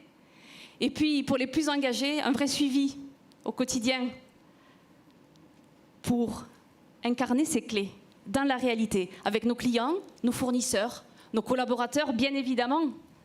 C'est ça pour moi créer, c'est ça vivre. En craquant le code, j'ai osé révéler le meilleur de moi-même en faisant ce que je fais. C'est ça, craquer le code. Et c'est dans cette aventure-là que j'ai envie de tous vous embarquer. Merci beaucoup. Alors Valérie, justement, merci. Valérie, une expérience de vie incroyable. Des circonstances, ouais, on peut regarder ça, Oui. détonnantes. Oui, c'est parti. Histoire depuis le commencement. Conquérir ou à la conquête d'un destin. J'ai 6 ans. Je tombe dans la marmite de la musique en entendant une enfant jouer la lettre à Élise. Papa, maman, je voudrais apprendre à jouer du piano. À la maison, on ne m'ouvre pas les voies royales des grands conservatoires, des pianos à queue, des grands professeurs, non. À la maison, c'est la misère. Alors, je dessine sur la table de la cuisine, à la craie, les notes. Ça va d'ailleurs développer mon oreille musicale. J'ai 12 ans, on fait une chambre, on fait un piano. J'ai 17 ans, je suis très timide et réservée. Je veux être compositeur de musique de film. Pour mes parents, c'est pas un vrai métier ça, ma chérie. Hein. Fais du commerce, ça, c'est la voie royale. Ça mène à tout. Bac plus 5 en poche. J'intègre la maison Adéco. J'y ferai un long parcours. Je suis débauchée et je deviens responsable marketing communication du marché d'intérêt national. Bien. Un bon job, un bon parcours. La vie file. Mariage, bébé 1, bébé 2, la vie file. Et le piano, je ne vais plus le toucher durant 20 ans. Parce que je fais partie des gens passionnés. Et les gens passionnés, il y en a plein dans cette salle. Ils font tout à fond. Ou ils font pas, quoi. On, off. Bien. La vie file. Je vais avoir 40 ans. Boum. Accident de voiture. Elle avance, je recule, on râle. Le soir, on fait le constat. Je vais dans sa maison et je vois un piano, un violon, des tableaux, des photos, de l'art partout. Mais vous faites quoi dans la vie ? Elle me répond une phrase qui va changer la mienne. Moi, je vis de ma passion. Et vous ? Bah, je suis dans le marketing. Ok. 3 jours et 3 nuits. Passion, raison, go. Je décide de reprendre mon destin en main. Étude de marché, elle est sommaire. Hein ? Je tape sur Google « Comment devenir pianiste ?» Je découvre l'importance des réseaux sociaux. Je suis mon propre produit. Donc, je fais une vidéo sur YouTube et je vais toquer à la porte des people. Twitter, @Pierre Lescure, @Clotilde Courreau, @Alexandre Jardin, @Morane, etc. Ces gens-là me retweetent, alors j'en fais une deuxième, j'en fais une troisième, je suis repérée par un auteur de théâtre italien. Il veut de la musique, 3-4 morceaux, je lui en propose 12. Il me dit, je prends tout, on fait un album, je vous veux en Italie sur scène. Pays de la Renaissance, une deuxième fois. J'y suis née, oui. Et puis, dans la salle, il y a la télé italienne qui me dit « Madame, est-ce que vous composez ?» Ah, un train qui passe, un wagon nommé Opportunité. Je veux rentrer dans ce wagon. En réalité, je n'ai jamais composé, mais je dis oui. C'est un petit projet. Et ce petit projet, soi-disant, est non rémunéré, mais il faut que je fasse mon book. Ouais. C'est diffusé à la télé italienne. C'est aussi présenté au Festival de Cannes. J'en gravis les marches. J'ai toqué aux portes. J'ai rencontré les plus grands. Éric Serra, Vladimir Cosma, Nicole Garcia. Beaucoup. Ça pourrait durer des heures. La Commission européenne me mandate. Je fais une tournée à travers l'Europe. 9 dates. Je sillonne Sicile, Italie, Autriche, Portugal. Ouais, c'est chouette. 9 fois 1 000 €. Ça fait 9 000 €. Un petit court-métrage, 5 ans. 5 ans que j'avance dans le métier et je ne suis pas au SMIC. Moi, l'ex-responsable marketing. On est en janvier 2018. J'ai un mois très down. Je suis à 2 doigts d'arrêter pour la première fois de ma vie à renoncer à mon rêve. Je retrousse mes manches, je décroche un rendez-vous chez Warner, je prends un avion, mon vol est retardé, je joue du piano, un inconnu se lève, nous improvisons dans un aéroport. Buzz, 13 millions de vies. C'est beaucoup, 13 millions de vues. Mon destin bascule. Gigantesque médiatisation, journaux télé, France 2, France 3, la une de la Suisse, du Canada, de la Belgique. Un destin qui bascule. Je construis mon concert, Destination les Étoiles. Le monde de l'entreprise vient me chercher et me dit « Venez raconter votre histoire à notre université d'été ». Mais quelle histoire ? C'est inspirant pour nous. Ça incarne la métamorphose, le rêve. Le rêve ? Peut-être, c'est possible. Deuxième intervention, je mets sur Twitter 2 photos de moi avec un micro, les demandes affluent. CCI La Rochelle, DCF d'Angoulême, le MEDEF, club d'entreprise en Suisse, en Belgique. Me voici devenue conférencière. C'est étonnant, la vie. Très.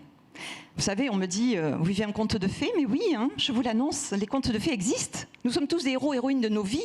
On a le choix, on a nos épreuves. C'est trop dur, j'arrête là, ou je me bats pour dépasser et écrire l'histoire. Moi, je suis là aujourd'hui devant vous pour vous dire, métamorphosez-vous. Réinventez-vous. Mettez de la passion dans votre job, de l'intensité dans votre vie. Basculez, changez de vie si besoin. Mais mettez de l'ambition dans vos projets.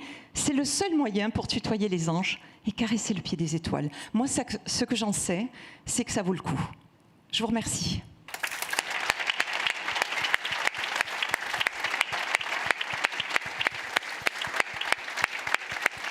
Merci beaucoup.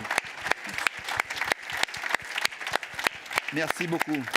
Je vois aussi beaucoup de jeunes ici, et puis je vois un ancien directeur d'école à qui je vais demander de se lever, qui a aussi changé de vie, basculé sa vie. Est-ce que tu peux nous parler de ce projet? Un, deux. Je ne sais pas si ça fonctionne, c'est pas grave. Est-ce que le micro marche? Là, sinon. C'est pas très grave. Le micro marche. Ça fonctionne, voilà parfaitement. Merci Patrice. Alors, moi effectivement, j'ai changé de vie, Covid, accident de moto, j'ai failli mourir, je me suis dit, on ne va pas laisser ça comme ça, on va faire les choses différemment. Puis je me suis dit, je vais le faire différemment pour moi, mais je peux peut-être le faire différemment pour beaucoup de monde. Et d'un seul coup, je me suis dit, changeons le monde, j'ai créé Super Futur.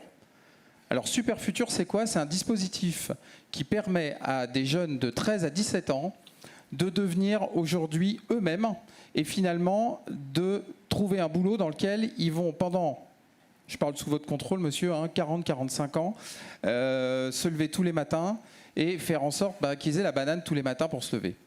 Alors pour faire ça, il faut faire des choses assez simples. La première chose, c'est se connaître. Donc il y a un dispositif qui commence par révéler ce que nous sommes réellement. La deuxième chose, c'est regarder quels sont les métiers qui vont mobiliser ça. Parce qu'une fois qu'on a fait ça, je ne sais pas vous, moi quand je pars en vacances, j'ai plutôt tendance à regarder plutôt la destination que la compagnie aérienne. Vous partagez ou pas? En fait, vous regardez l'orientation, on ne fait que vous orienter vers le coup d'après, sans regarder vraiment où est-ce qu'on doit aller. Alors je reprends, je sais qu'il y a des spécialistes de la navigation avec des très très beaux bateaux sur Bureau-Vallée, mais en fait, vous avez toujours un cap. Vous allez tirer des bords, mais au moins vous avez un cap. Et aujourd'hui, malheureusement, on ne s'intéresse pas au mode de fonctionnement de chaque jeune et on ne s'intéresse pas forcément à comment derrière il va pouvoir trouver un métier dans lequel il est lui-même. Et malheureusement, dans le mode de fonctionnement de masse qu'on va lui proposer, on va essayer de l'étriquer. Moi, ce que je veux aujourd'hui, c'est que celui qui est rond, celui qui est carré, celui qui est étoile, on lui fasse grandir tel qu'il est. Donc Super Futur, ça a vraiment cette vocation-là. Et puis, dernier élément, c'est de se dire, et la réalité d'un métier, c'est quoi? Quand on veut faire du marketing, on ne s'imagine pas qu'on va, par exemple, faire du Excel toute la journée. Donc, c'est de tester ça avec des stages. Mais au-delà de ça, j'ai repris vraiment le point de dire, je vais transformer ma vie, je vais être en avant, et je vais essayer de faire ce que Patrice m'a toujours dit, arrête d'être croyant, sois pratiquant. Donc en entrepreneuriat, j'étais croyant, tu m'as fait transformer et maintenant je suis pratiquant. Merci Patrice. Merci. C'est un super directeur d'école et j'en profite d'ailleurs pour saluer et remercier tous les étudiants qui sont ici, qui vous ont accueillis de Sub de Vente, bien évidemment. Vous pouvez les applaudir. Les étudiants de Media School qui sont là aussi, chers à Franck Papazian. Un mot sur le VTE, remercier Mathilde Leray qui est avec nous et qui sera tout à l'heure avec le président de la République. Également tous les chefs d'entreprise qui sont là, vous serez 4 tout à l'heure, ça va être un moment important. Stéphanie Vénier qui est juste devant moi, la dirigeante d'Astelia, merci beaucoup, vous pouvez les applaudir parce qu'ils vont avoir de la pression. Fabrice Prost qui est avec nous également, Vincent Usage qui est avec nous, merci beaucoup à vous. Et la prochaine personne qui nous arrive sur ce plateau, elle connaît bien les plateaux. C'est une boule d'énergie. Je l'ai connue à travers la tournée 2020. Oui, vous commencez à le voir, mais les autres qui sont derrière, ils sont très très nombreux, on me dit. Ils sont très nombreux à nous regarder. Et cet été, encore, elle a fait vibrer le public, fait rêver les gens, fait danser les parents. C'est une personne solaire, aussi bien dans la vie que sur la scène. Elle est danseuse depuis ses 3 ans. Elle apprend son art en studio à Perth, en Australie, parce qu'elle est australienne avec sa maman. Talentueuse, elle remporte de nombreuses compétitions depuis l'âge de ses 7 ans. Vous l'avez probablement vu dans cette émission phare de TF1, Danse avec les stars. Mais c'est avant tout une femme passionnée, une femme de cœur. Je vous demande d'accueillir danseuse et chorégraphe Katrina Patchett. Merci Patrice. D'ailleurs, il vient de piquer la moitié de mon discours là, donc bonjour tout le monde. Je suis ravie et heureuse d'être là devant vous aujourd'hui. Alors pour ceux qui ne me connaissent pas, voilà, je m'appelle Katrina Patchett. Je suis danseuse et chorégraphe professionnelle, connue du grand public pour ma participation dans Danse avec les stars, diffusée sur TF1 depuis plus de 10 ans maintenant. Donc si je suis là aujourd'hui, c'est pour vous parler un petit peu de mon parcours. J'ai grandi en Australie Et j'ai officiellement commencé la danse à l'âge de 3 ans dans l'école de danse de mes parents. Mais pour vous dire la vérité, en fait, j'ai commencé de danser déjà avant, paraît-il en rythme, en plus dans le ventre de ma mère pendant sa grossesse, pendant qu'elle donnait ses cours de danse. J'ai eu la chance de savoir vraiment tout de suite ce que je voulais faire dans la vie. Et je me suis dit, c'est ça ou ça. Il n'y avait pas de plan B, en fait. C'était... voilà, pas de choix. C'était vraiment la danse ou rien du tout. Et donc, à partir de ce moment-là, je n'ai rien lâché. Alors, je pense que lorsqu'on ne laisse pas le choix dans la vie, c'est un pari vraiment plus risqué, certes, mais on se donne plus de chances de réussir. Je savais vraiment pour ma part que j'allais être très, très malheureuse si je n'arrivais pas à vivre de la danse. Elle a toujours représenté pour moi plus qu'une passion. C'était un vrai besoin. Et donc, grâce à cette envie si forte et au soutien sans faille de mes parents, je me suis tout donné pour atteindre mon rêve. À l'âge de 7 ans, puis à 13 ans, je suis devenue championne d'Australie dans les catégories respectives. Et puis à l'âge de 15 ans, une des meilleures danseuses de mon pays. Donc l'année suivante, à mes 16 ans, mes parents ont pris une décision très difficile et c'était de me laisser partir en Europe pour continuer à faire des compétitions dans le monde entier. Alors, j'ai été entraînée par des plus grands champions. Puis mon but, c'était toujours juste de devenir la meilleure danseuse possible. Et puis de la meilleure version de moi-même. Donc j'ai fait mes valises. Et puis je suis partie toute seule comme une grande. Je suis arrivée au Danemark, là où je suis restée, 3 ans. J'ai dû apprendre la langue, pas évidente. Et puis, j'ai dû prendre des petits boulots comme femme de ménage ou envoyer des journaux. Parce qu'à ce moment-là, je ne gagnais pas encore ma vie dans la danse. Mais en parallèle, je ne cessais pas de m'entraîner vraiment à fond pour continuer à faire des compétitions partout dans le monde. Puis j'ai vécu dans plusieurs pays, donc le vôtre, la France, où j'ai même eu de la chance de gagner le titre de championne nationale en 2007.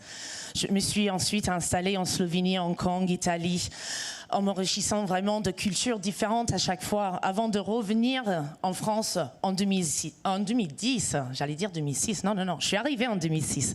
Je suis revenue en 2010. Le vin et le fromage me manquaient trop, quoi. On adore la France, franchement.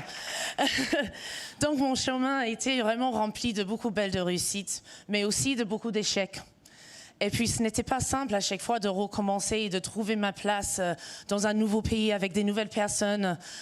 Mais j'ai toujours gardé mon objectif en tête. J'ai continué à ICRA. Ouais, c'est bon ça. N'oubliez pas que je suis blonde et pas française, donc ça fait beaucoup des fois. Donc, à croire, à travailler, et puis de garder surtout le feu en moi. En 2010, je pensais avoir trouvé vraiment, enfin, ma meilleure situation, la meilleure opportunité de ma vie en Italie en dansant avec un grand champion du monde. Et puis, lors d'un week-end à Paris, j'ai compris que finalement, c'était pas mon destin. Donc, une nouvelle déception. J'ai donc décidé... je vais quand même rester à Paris, même si j'ai pas de boulot, je vais quand même rester à Paris, parce que j'adore la France. Et puis, j'ai dormi sur des canapés de mes amis, sans savoir ce que la vie me réservait. Donc 2 mois plus tard, j'ai passé le casting de Danse avec les stars. Et je peux vous dire que ce casting a complètement changé ma vie. Non seulement j'ai été prise pour accompagner les stars de cette émission phare sur la première chaîne de télévision, mais en plus, cerise sur le gâteau, j'ai gagné la première saison avec le chanteur Matt Pokora. C'était autant plus fou et gratifiant parce que à cette époque-là, je ne parlais pas très bien français.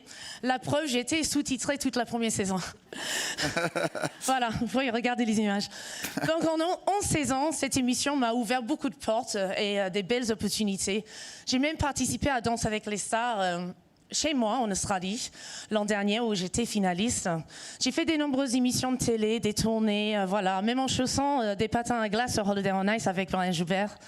Mais aujourd'hui, je suis non seulement danseuse et chorégraphe, mais aussi femme d'affaires, RP, directrice artistique, productrice, organisatrice d'événementiels et même apprentie conférencier aujourd'hui. Si je l'avais dit à la petite fille rêveuse que j'y étais, elle l'aurait jamais cru. J'ai encore de beaux projets en cours qui m'excitent tellement et qui me donnent envie de me battre encore plus fort. Je suis certaine, et c'est important, qu'il ne faut jamais cesser de rêver, de se créer toujours de nouveaux rêves, même s'ils paraissent inaccessibles. Le message que j'aimerais faire passer aujourd'hui, c'est qu'avec la passion et l'envie, tout est possible. Merci encore à vous, à la BPI, Patrice, Barbara, de me convier aujourd'hui. Merci. Merci. Merci beaucoup, Katrina Patchett. La personnalité que nous allons recevoir maintenant, j'allais dire, je l'ai connue à mes débuts. Nous avons un ami cher en commun qui nous a quittés il y a maintenant 35 ans, Coluche. Et j'ai envie de dire que la personne que vous allez avoir est un multicerveau. Carrière plurielle, tout lui a réussi. Et j'allais dire pourtant, est-ce qu'il avait eu son bac comme moi avec 2 ans de retard? Je ne sais pas. Je ne lui ai pas posé la question. Mais il est toujours allé de l'avant. Il a toujours un coup d'avance. La preuve, quand Canal allait mal à ses débuts, parce que ça allait mal dans les années 84, il est allé chercher, notamment Coluche. Il a cette vision, ce point GPS dont je parlais tout à l'heure, et puis surtout, il a beaucoup de cœur. Il a d'ailleurs fait le bonheur des belles années de Canal+, comme on dit, entrepreneur, journaliste, animateur de télévision, patron de magazine de presse. Il a été patron du Paris Saint-Germain, qui a gagné la Coupe d'Europe avec lui en 1996, qui était la Coupe des Coupes, si je ne me trompe pas. Il est aujourd'hui président du club de la Berrichonne de Châteauroux, qui fait partie des meneurs de ce réseau social des entrepreneurs, président de club. Je vous demande d'accueillir Monsieur Michel Denisot. Merci Patrice. Donc je n'ai pas de diplôme. En fait, j'ai tout appris des autres et grâce aux autres, et j'ai eu la chance dans mon métier, j'ai eu la chance de savoir très tôt ce que je voulais faire. Et je voulais être journaliste à Châteauroux et comme on ne m'a pas gardé, je suis parti. Et donc ensuite, j'ai appris des autres et j'ai appris avec les multiples rencontres que j'ai pu faire au fur et à mesure de ma vie, essentiellement comme journaliste. Et j'ai coutume de dire que les seuls concours que j'ai réussis, c'est des concours de circonstances et je crois que c'est important dans la vie de ne pas rater ces concours-là. Et je pensais à ce rendez-vous il y a lundi dernier, j'étais sur la scène de l'Olympia, non pas pour chanter, mais pour faire un masterclass avec Tony Parker. Et son histoire va très bien avec le thème de ce matin. Tony Parker est aujourd'hui chef d'entreprise, il a arrêté sa carrière il y a 2 ans, il a 300 salariés. Et au départ, vraiment rien ne le prédisposait à la vie qu'il a eue. Il est né d'un père américain qui joue au basket en Belgique, dans le nord de la France, d'une mère naturopathe qui est néerlandaise. Il est né à Bruxelles et ses parents sont séparés très tôt. Et à 9 ans, il était à Fécamp. Sa mère habitait Fécamp. Il a commencé à jouer au basket à Fécamp. Et il rêvait de jouer en NBA. Il n'était pas très grand. Il était plutôt maigre. Enfin, il n'avait vraiment rien pour réussir ce qu'il a réussi. À 14 ans, il est venu à Paris, à l'INSEP. Il a décidé d'être français, ce qu'il n'était pas, pour pouvoir jouer avec l'équipe de France, pour pouvoir que ce qui était son rêve devienne son objectif. Et je crois que c'est ce qui résume bien un peu aussi toutes les interventions de ce matin, des histoires de chacune et d'entre vous. C'est-à-dire que le rêve devient un objectif. Et quand il est arrivé à l'INSEP, qu'il a dit qu'il allait jouer à NBA, tout le monde se moquait de lui, ironisait, etc. À 19 ans, il part aux États-Unis. Il se présente pour les sélections, pour être dans les clubs. Il est sélectionné à San Antonio, aux Spurs de San Antonio. 2 ans après, il est champion NBA. Jamais un Européen n'avait été meneur de jeu et champion de NBA. Il était meneur de jeu, c'est-à-dire le patron sur le terrain. Et la première année, la star de son équipe, Duncan, ne lui parlait même pas. Et il a été champion de NBA 4 fois. Il a été champion d'Europe. Il jouait avec l'équipe de France. Il revenait jouer avec l'équipe de France à ses frais, puisqu'il fallait qu'il s'assure, vu la valeur qu'il avait. Il a joué pendant 20 ans. Il a marqué 20 000 points. Il a été flashé à 33 km/h balle en main. C'est la raison pour laquelle il n'a pas joué à Paris, parce qu'il allait trop vite.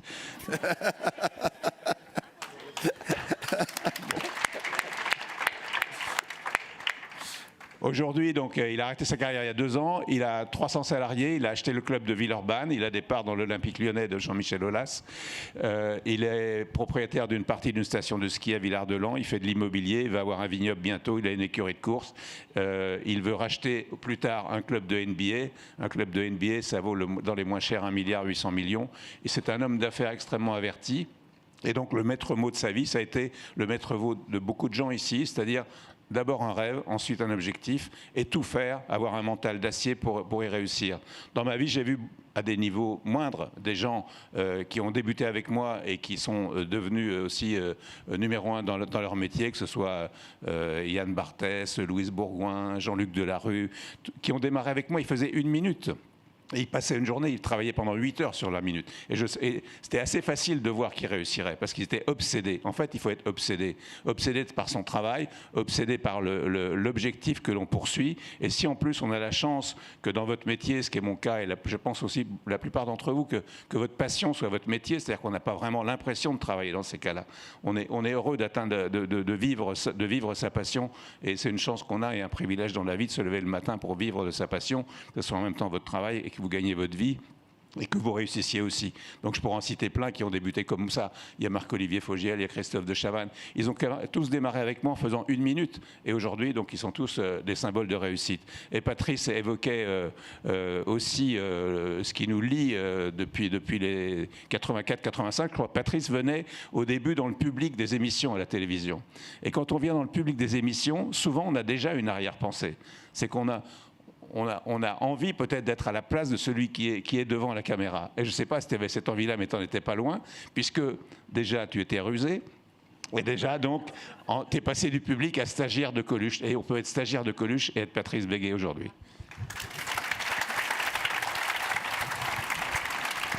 Merci.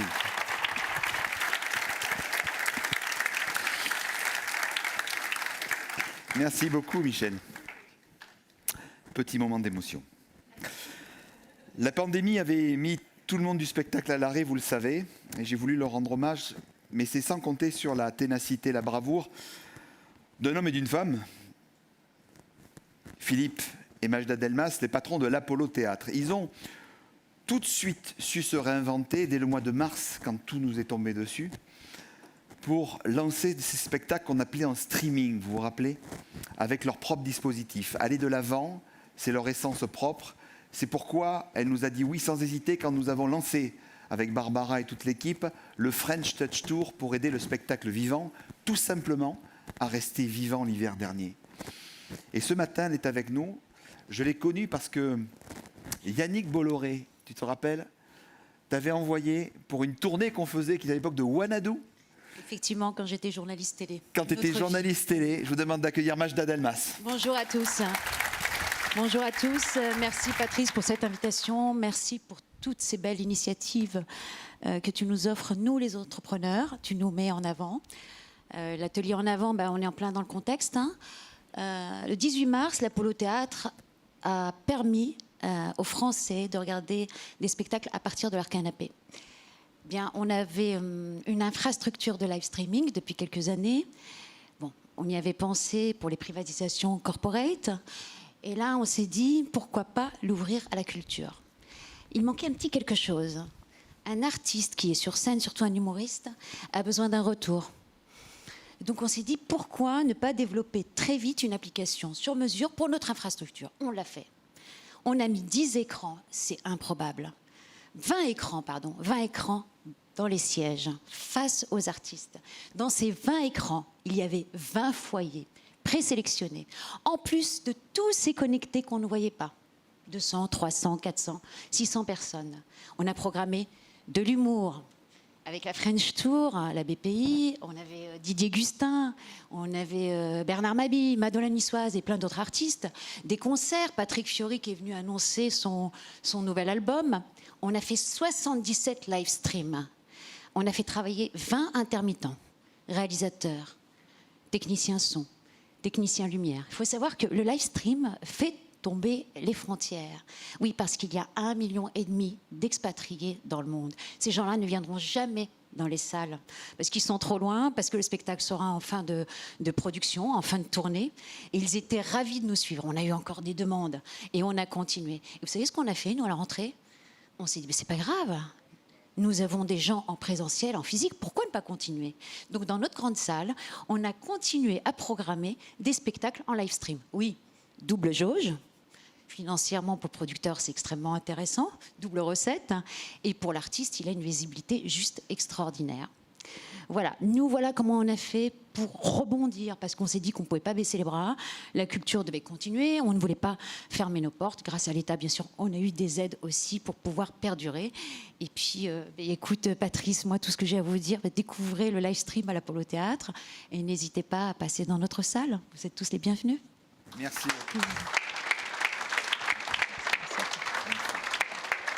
L'enchaînement n'est pas facile et en même temps, il est très facile.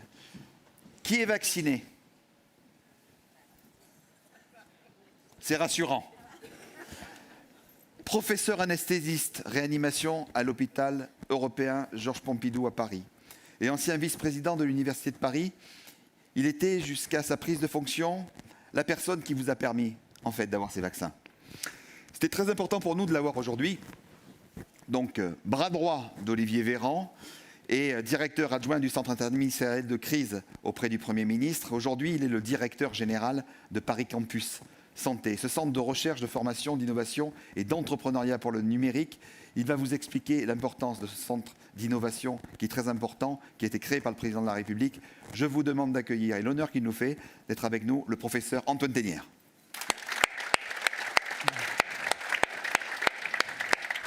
Merci beaucoup Patrice, c'est un réel plaisir d'être avec vous aujourd'hui. Alors je ne suis pas venu contrôler les passes sanitaires, ne vous inquiétez pas.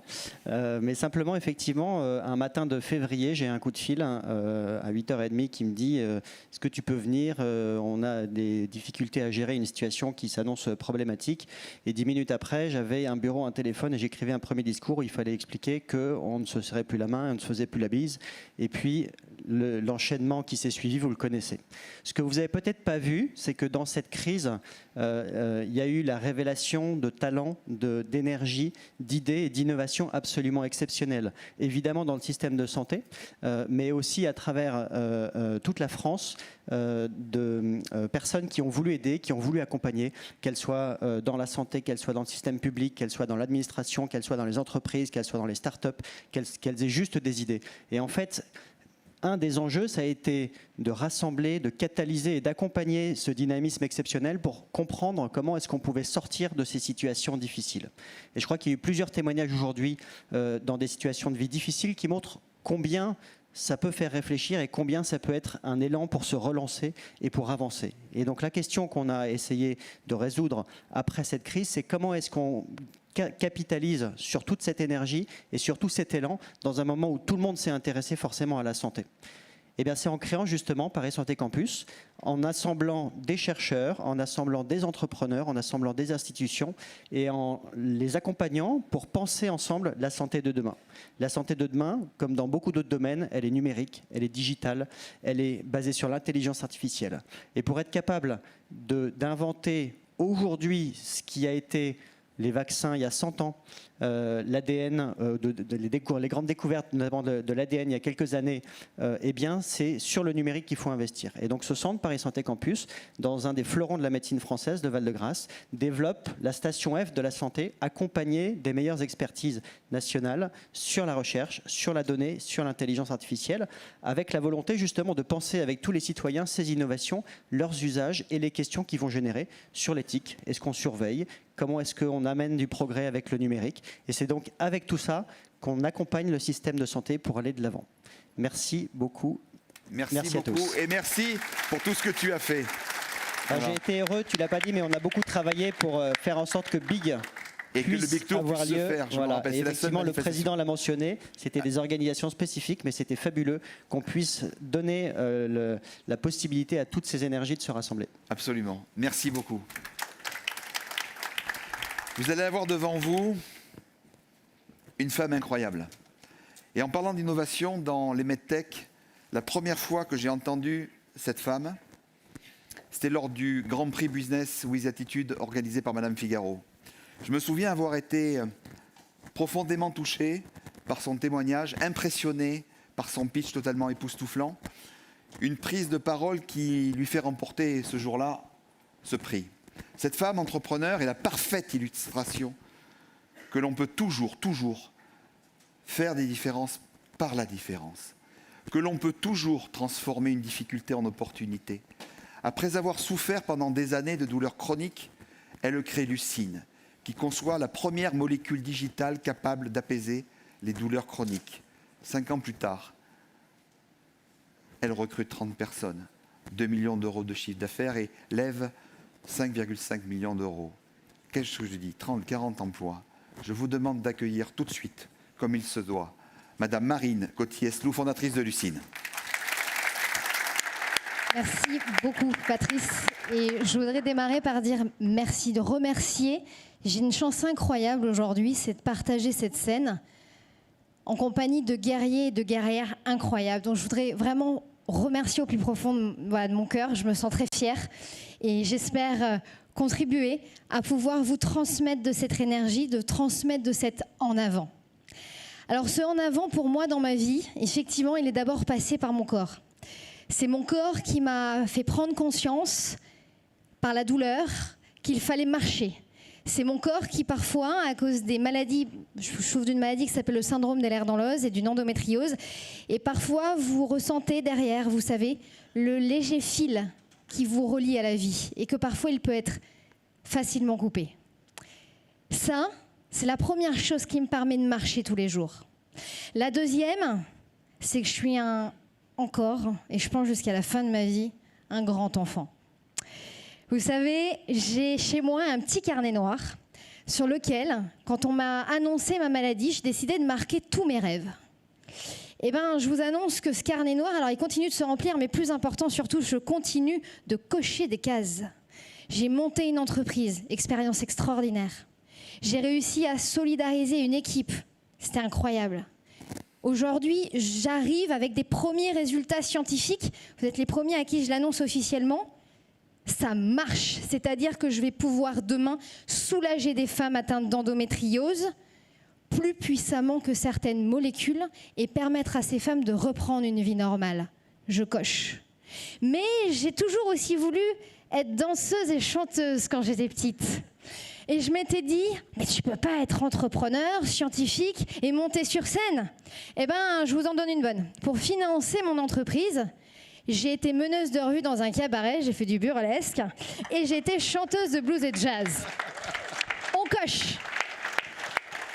Aujourd'hui, j'ai encore plein de rêves. J'ai eu la chance d'apprendre la négociation professionnelle. Comment faire en sorte, par la parole, de faire en sorte que des gens se retrouvent. Comment faire en sorte, à travers le conflit, qu'on puisse en sortir quelque chose de diplomatique. Incroyable. Je veux demain devenir négociatrice professionnelle. J'ai décidé de remonter sur scène aussi. Je me suis dit qu'après 5 ans d'entrepreneuriat, c'était reparti. Donc du coup, j'ai décidé de remonter sur scène. Je coche des cases. Et vous savez pourquoi je n'ai pas peur ? Parce que j'ai 3 ans. Et que quand on a 3 ans, messieurs, dames, rappelez-vous, votre cœur d'enfant, vos yeux d'enfant, on n'a peur de rien, on n'a pas peur de l'autre. Et je voulais terminer par ça. J'ai la chance de faire partie des dernières qui passent, c'est d'avoir écouté tous vos témoignages. Il y a quelque chose qui nous relie tous pour moi. C'est l'amour. L'amour qu'on porte aux autres. J'espère que je vais arriver à le dire jusqu'au bout.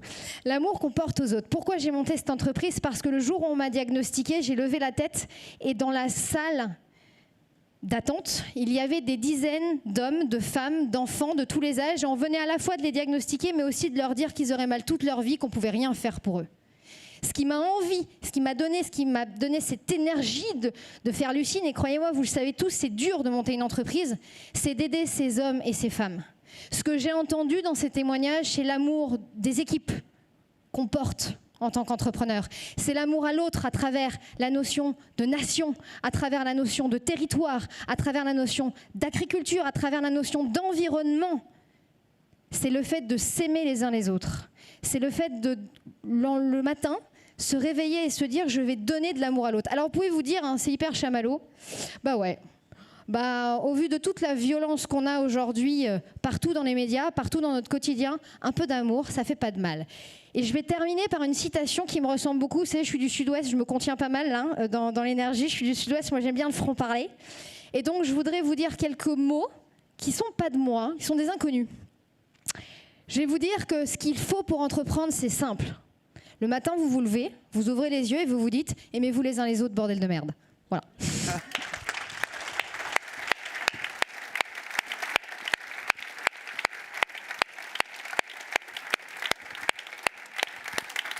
On va arriver sur notre dernier intervenant et je vois le chiffre qui vient d'être publié par Nolwenn. Vous êtes derrière l'écran, plus de 2 millions.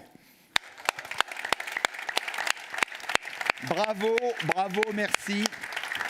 Le dernier intervenant, quand j'ai pensé cet atelier, ça ne pouvait être que lui. Liberté et renaître à la vie. Liberté, encore un pas en vie.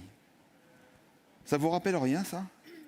Si, vous faites tous comme ça. Et si je vous dis autodidacte, pianiste, virtuose, touchant, inspirant, un cœur gros comme ça, simplicité, proximité, optimisme, une étoile, tout simplement, pour moi, le leader du cœur, un homme de lumière. Je vous demande d'accueillir Gilbert Montagnier.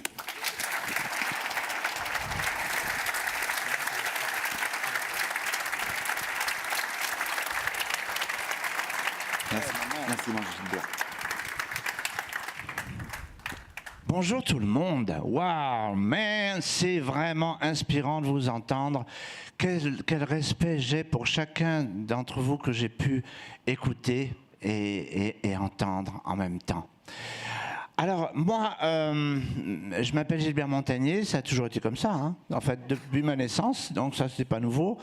Mais depuis ma naissance, en fait, tout le monde croyait que j'allais mourir parce que je suis né à 5 mois et demi et je pesais 950 grammes. Imaginez le boulot que j'ai eu pour rattraper tout ça. Bon. Donc, j'ai été en couveuse pendant 3 mois et demi. Et à l'époque, en couveuse, les parents ne pouvaient pas venir tout proche du bébé. Il y avait une vitre qui les séparait. Moi, je ne savais même pas qu'il y avait la vitre, donc je ne les entendais pas, rien. Donc j'étais vraiment solo de chez solo, si vous voulez, dans la boîte.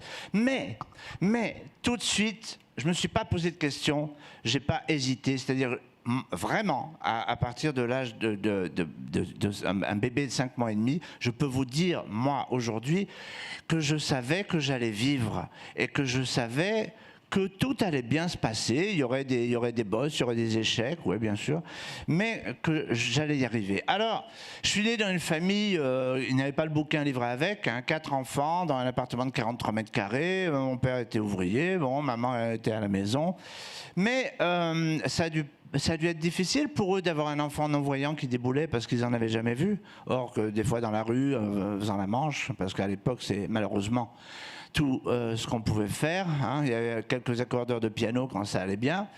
Et ils ont dit, on va l'élever comme les autres. Ça a été leur phrase, on va l'élever comme les autres.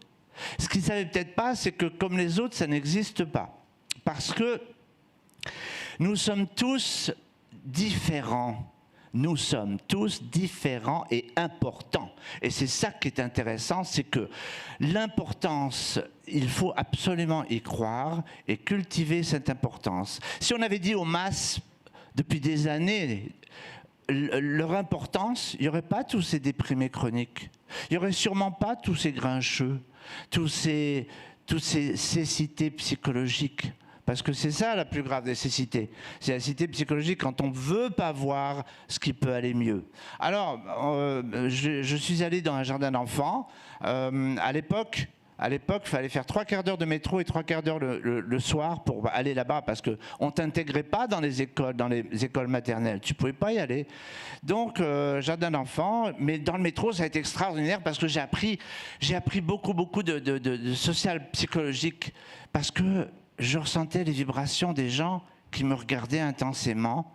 Et moi, je leur souriais. C'était ma façon à moi, tout petit enfant, de leur dire « Attends, mais c'est pas grave, je t'assure. Il faudrait que je puisse te parler pour que je t'explique. » Parce que moi, ça n'a jamais été grave. Voilà le problème. Mon problème, c'est ça.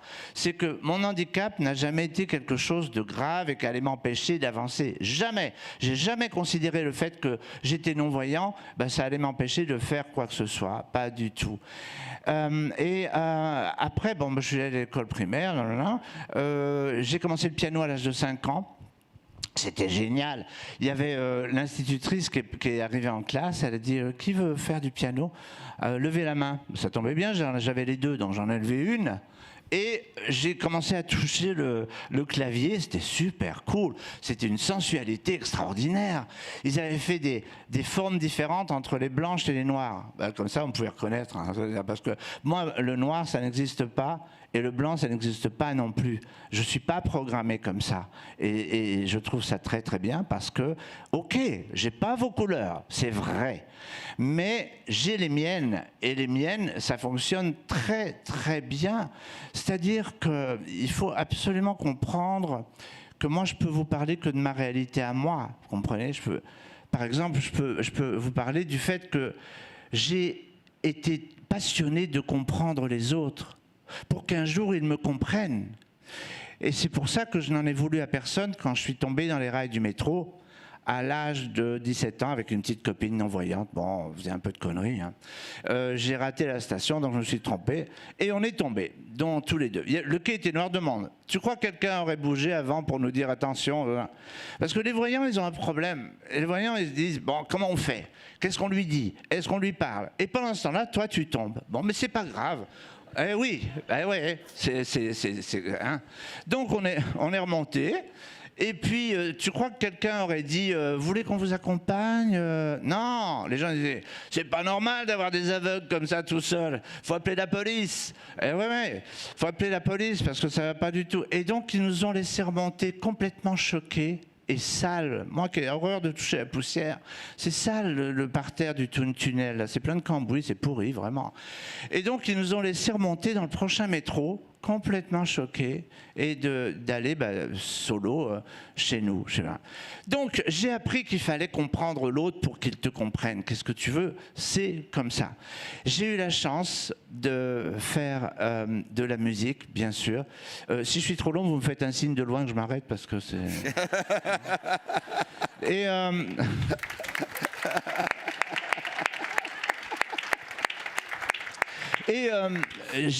en fait, c'est pas que je rêvais d'être chanteur ou musicien, mais moi j'ai toujours su que j'allais être sur scène. J'ai toujours pensé que j'allais être sur scène. Pas forcément devant, j'aurais pu très bien être musicien, accompagner quelqu'un, ça me dérangeait pas du tout. Hein. Et le problème, c'est que l'handicap, c'est encore aujourd'hui un sujet chiant pour les médias. Et ça, j'aurais parlé au monde des médias pendant 3 secondes. Arrêtez, je veux dire. L'handicap est un sujet très intéressant. Ce qui est chiant, c'est le surhandicap.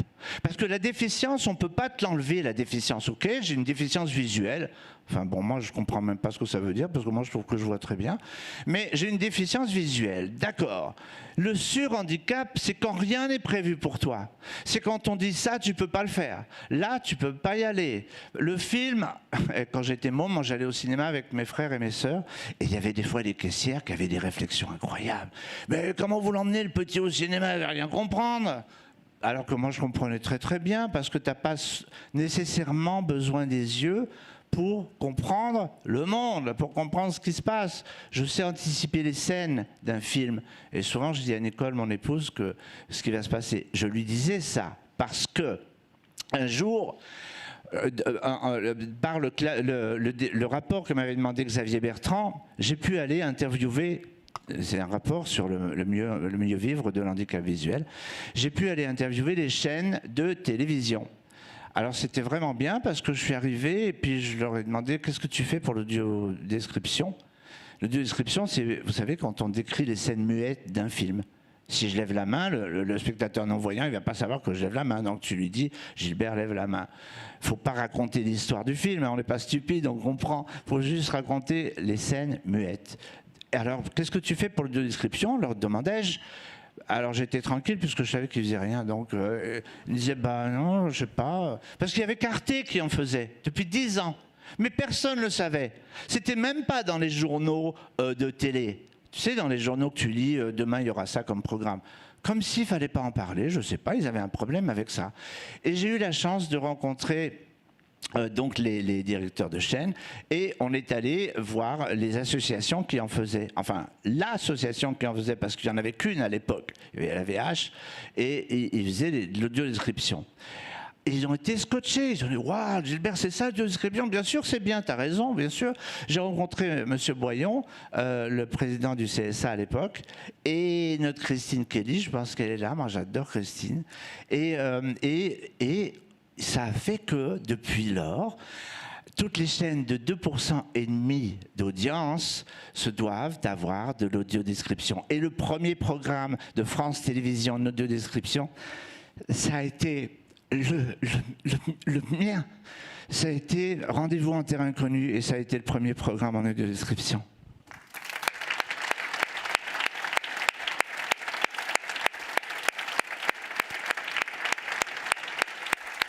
Mais je veux prendre encore 30 secondes pour vous dire que quand quelque chose fonctionne, il ne faut pas que ce soit des exceptions. Je comprends les exceptions, on n'en a rien à faire des exceptions. Il faut généraliser le process pour que ça fonctionne. Donc, quand j'ai joué dans, imagine, j'ai été acteur, j'ai joué dans Star 80, je me suis vraiment éclaté avec Thomas Langman, toute la production et tout ça. Thomas m'a convié, je lui ai dit, viens, emmène-moi à la convention des propriétaires de salles de cinéma, parce que je veux que l'audiodescription soit généralisée dans les cinémas.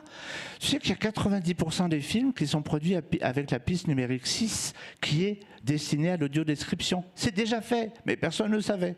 Donc je suis intervenu devant les propriétaires de salles de cinéma et je leur ai dit hey, j'ai une bonne nouvelle, mais on fait de l'audiovisuel. Donc, dans audiovisuel, il y a aussi audio. Alors voilà, je vais vous expliquer, ça va vous prendre 1 000 € pour équiper votre salle en audiodescription. Alors l'autre bonne nouvelle, c'est que vous n'êtes pas obligé de le faire, mais que moi, je ne suis pas obligé de dire que je vous l'ai dit et que vous n'avez pas bougé.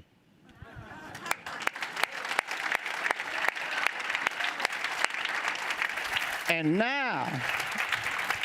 now, j'en ai presque terminé. Maintenant, c'est généralisé dans les cinémas. Et imagine mon émotion quand je vais avec mes petites filles voir un dessin animé et que je redécouvre le film en audiodescription, parce que moi qui croyais tout comprendre, je ratais beaucoup de choses finalement. Et c'est merveilleux d'avoir non seulement des échecs, mais des victoires. Alors surtout, continuez à croire en votre force et surtout, regardez les gens comme moi, droit dans les yeux, pour que leurs yeux de l'esprit vous regardent aussi. Merci beaucoup.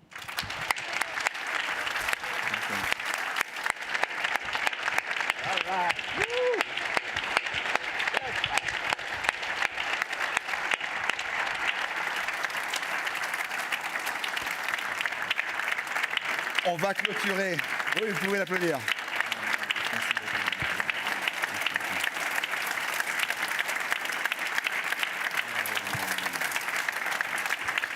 C'est très gentil. Si tu es d'accord, Gilbert, je vais demander aux autres intervenants de venir avec nous. Sur Bien scène, sûr, on va faire cette photo. Je vais vous remercier. Je ne peux pas faire le photographe, non? Non, je ne peux pas. Hein. Je voulais vous remercier toutes et tous ici présents dans cette salle. Vous étiez plus de 350, aux 2 millions de personnes qui nous suivent. Merci à tous les intervenants, Merci à toutes les équipes techniques, vous avez été extraordinaires. Pour conclure ce moment inspirant, je citerai peut-être un extrait d'une chanson qui, pour une fois, j'aurais pu vous dire on va s'aimer. Ah non. J'aurais pu.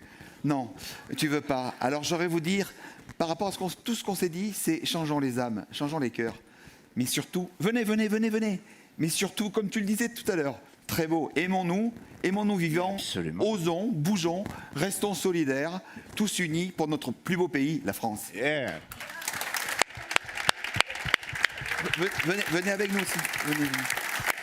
Parce que mine de rien, elles vont parler au président de la République tout à l'heure, donc elles font partie des intervenants. Voilà.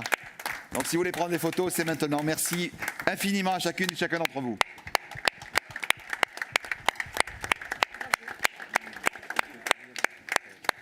Et pendant qu'on prend cette photo, je voudrais engager le monde de l'entrepreneuriat à créer des centres, des vrais centres de formation pour les personnes en situation de handicap. Parce que voilà le problème.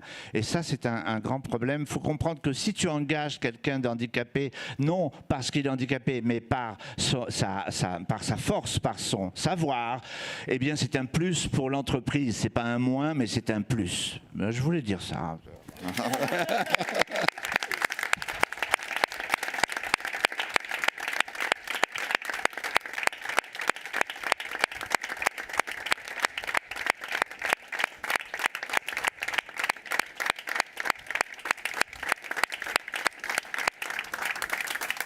Merci beaucoup. Merci beaucoup. Merci Patrice. Merci. All right. Je te rends le micro parce que... Ouais. Merci beaucoup. Merci.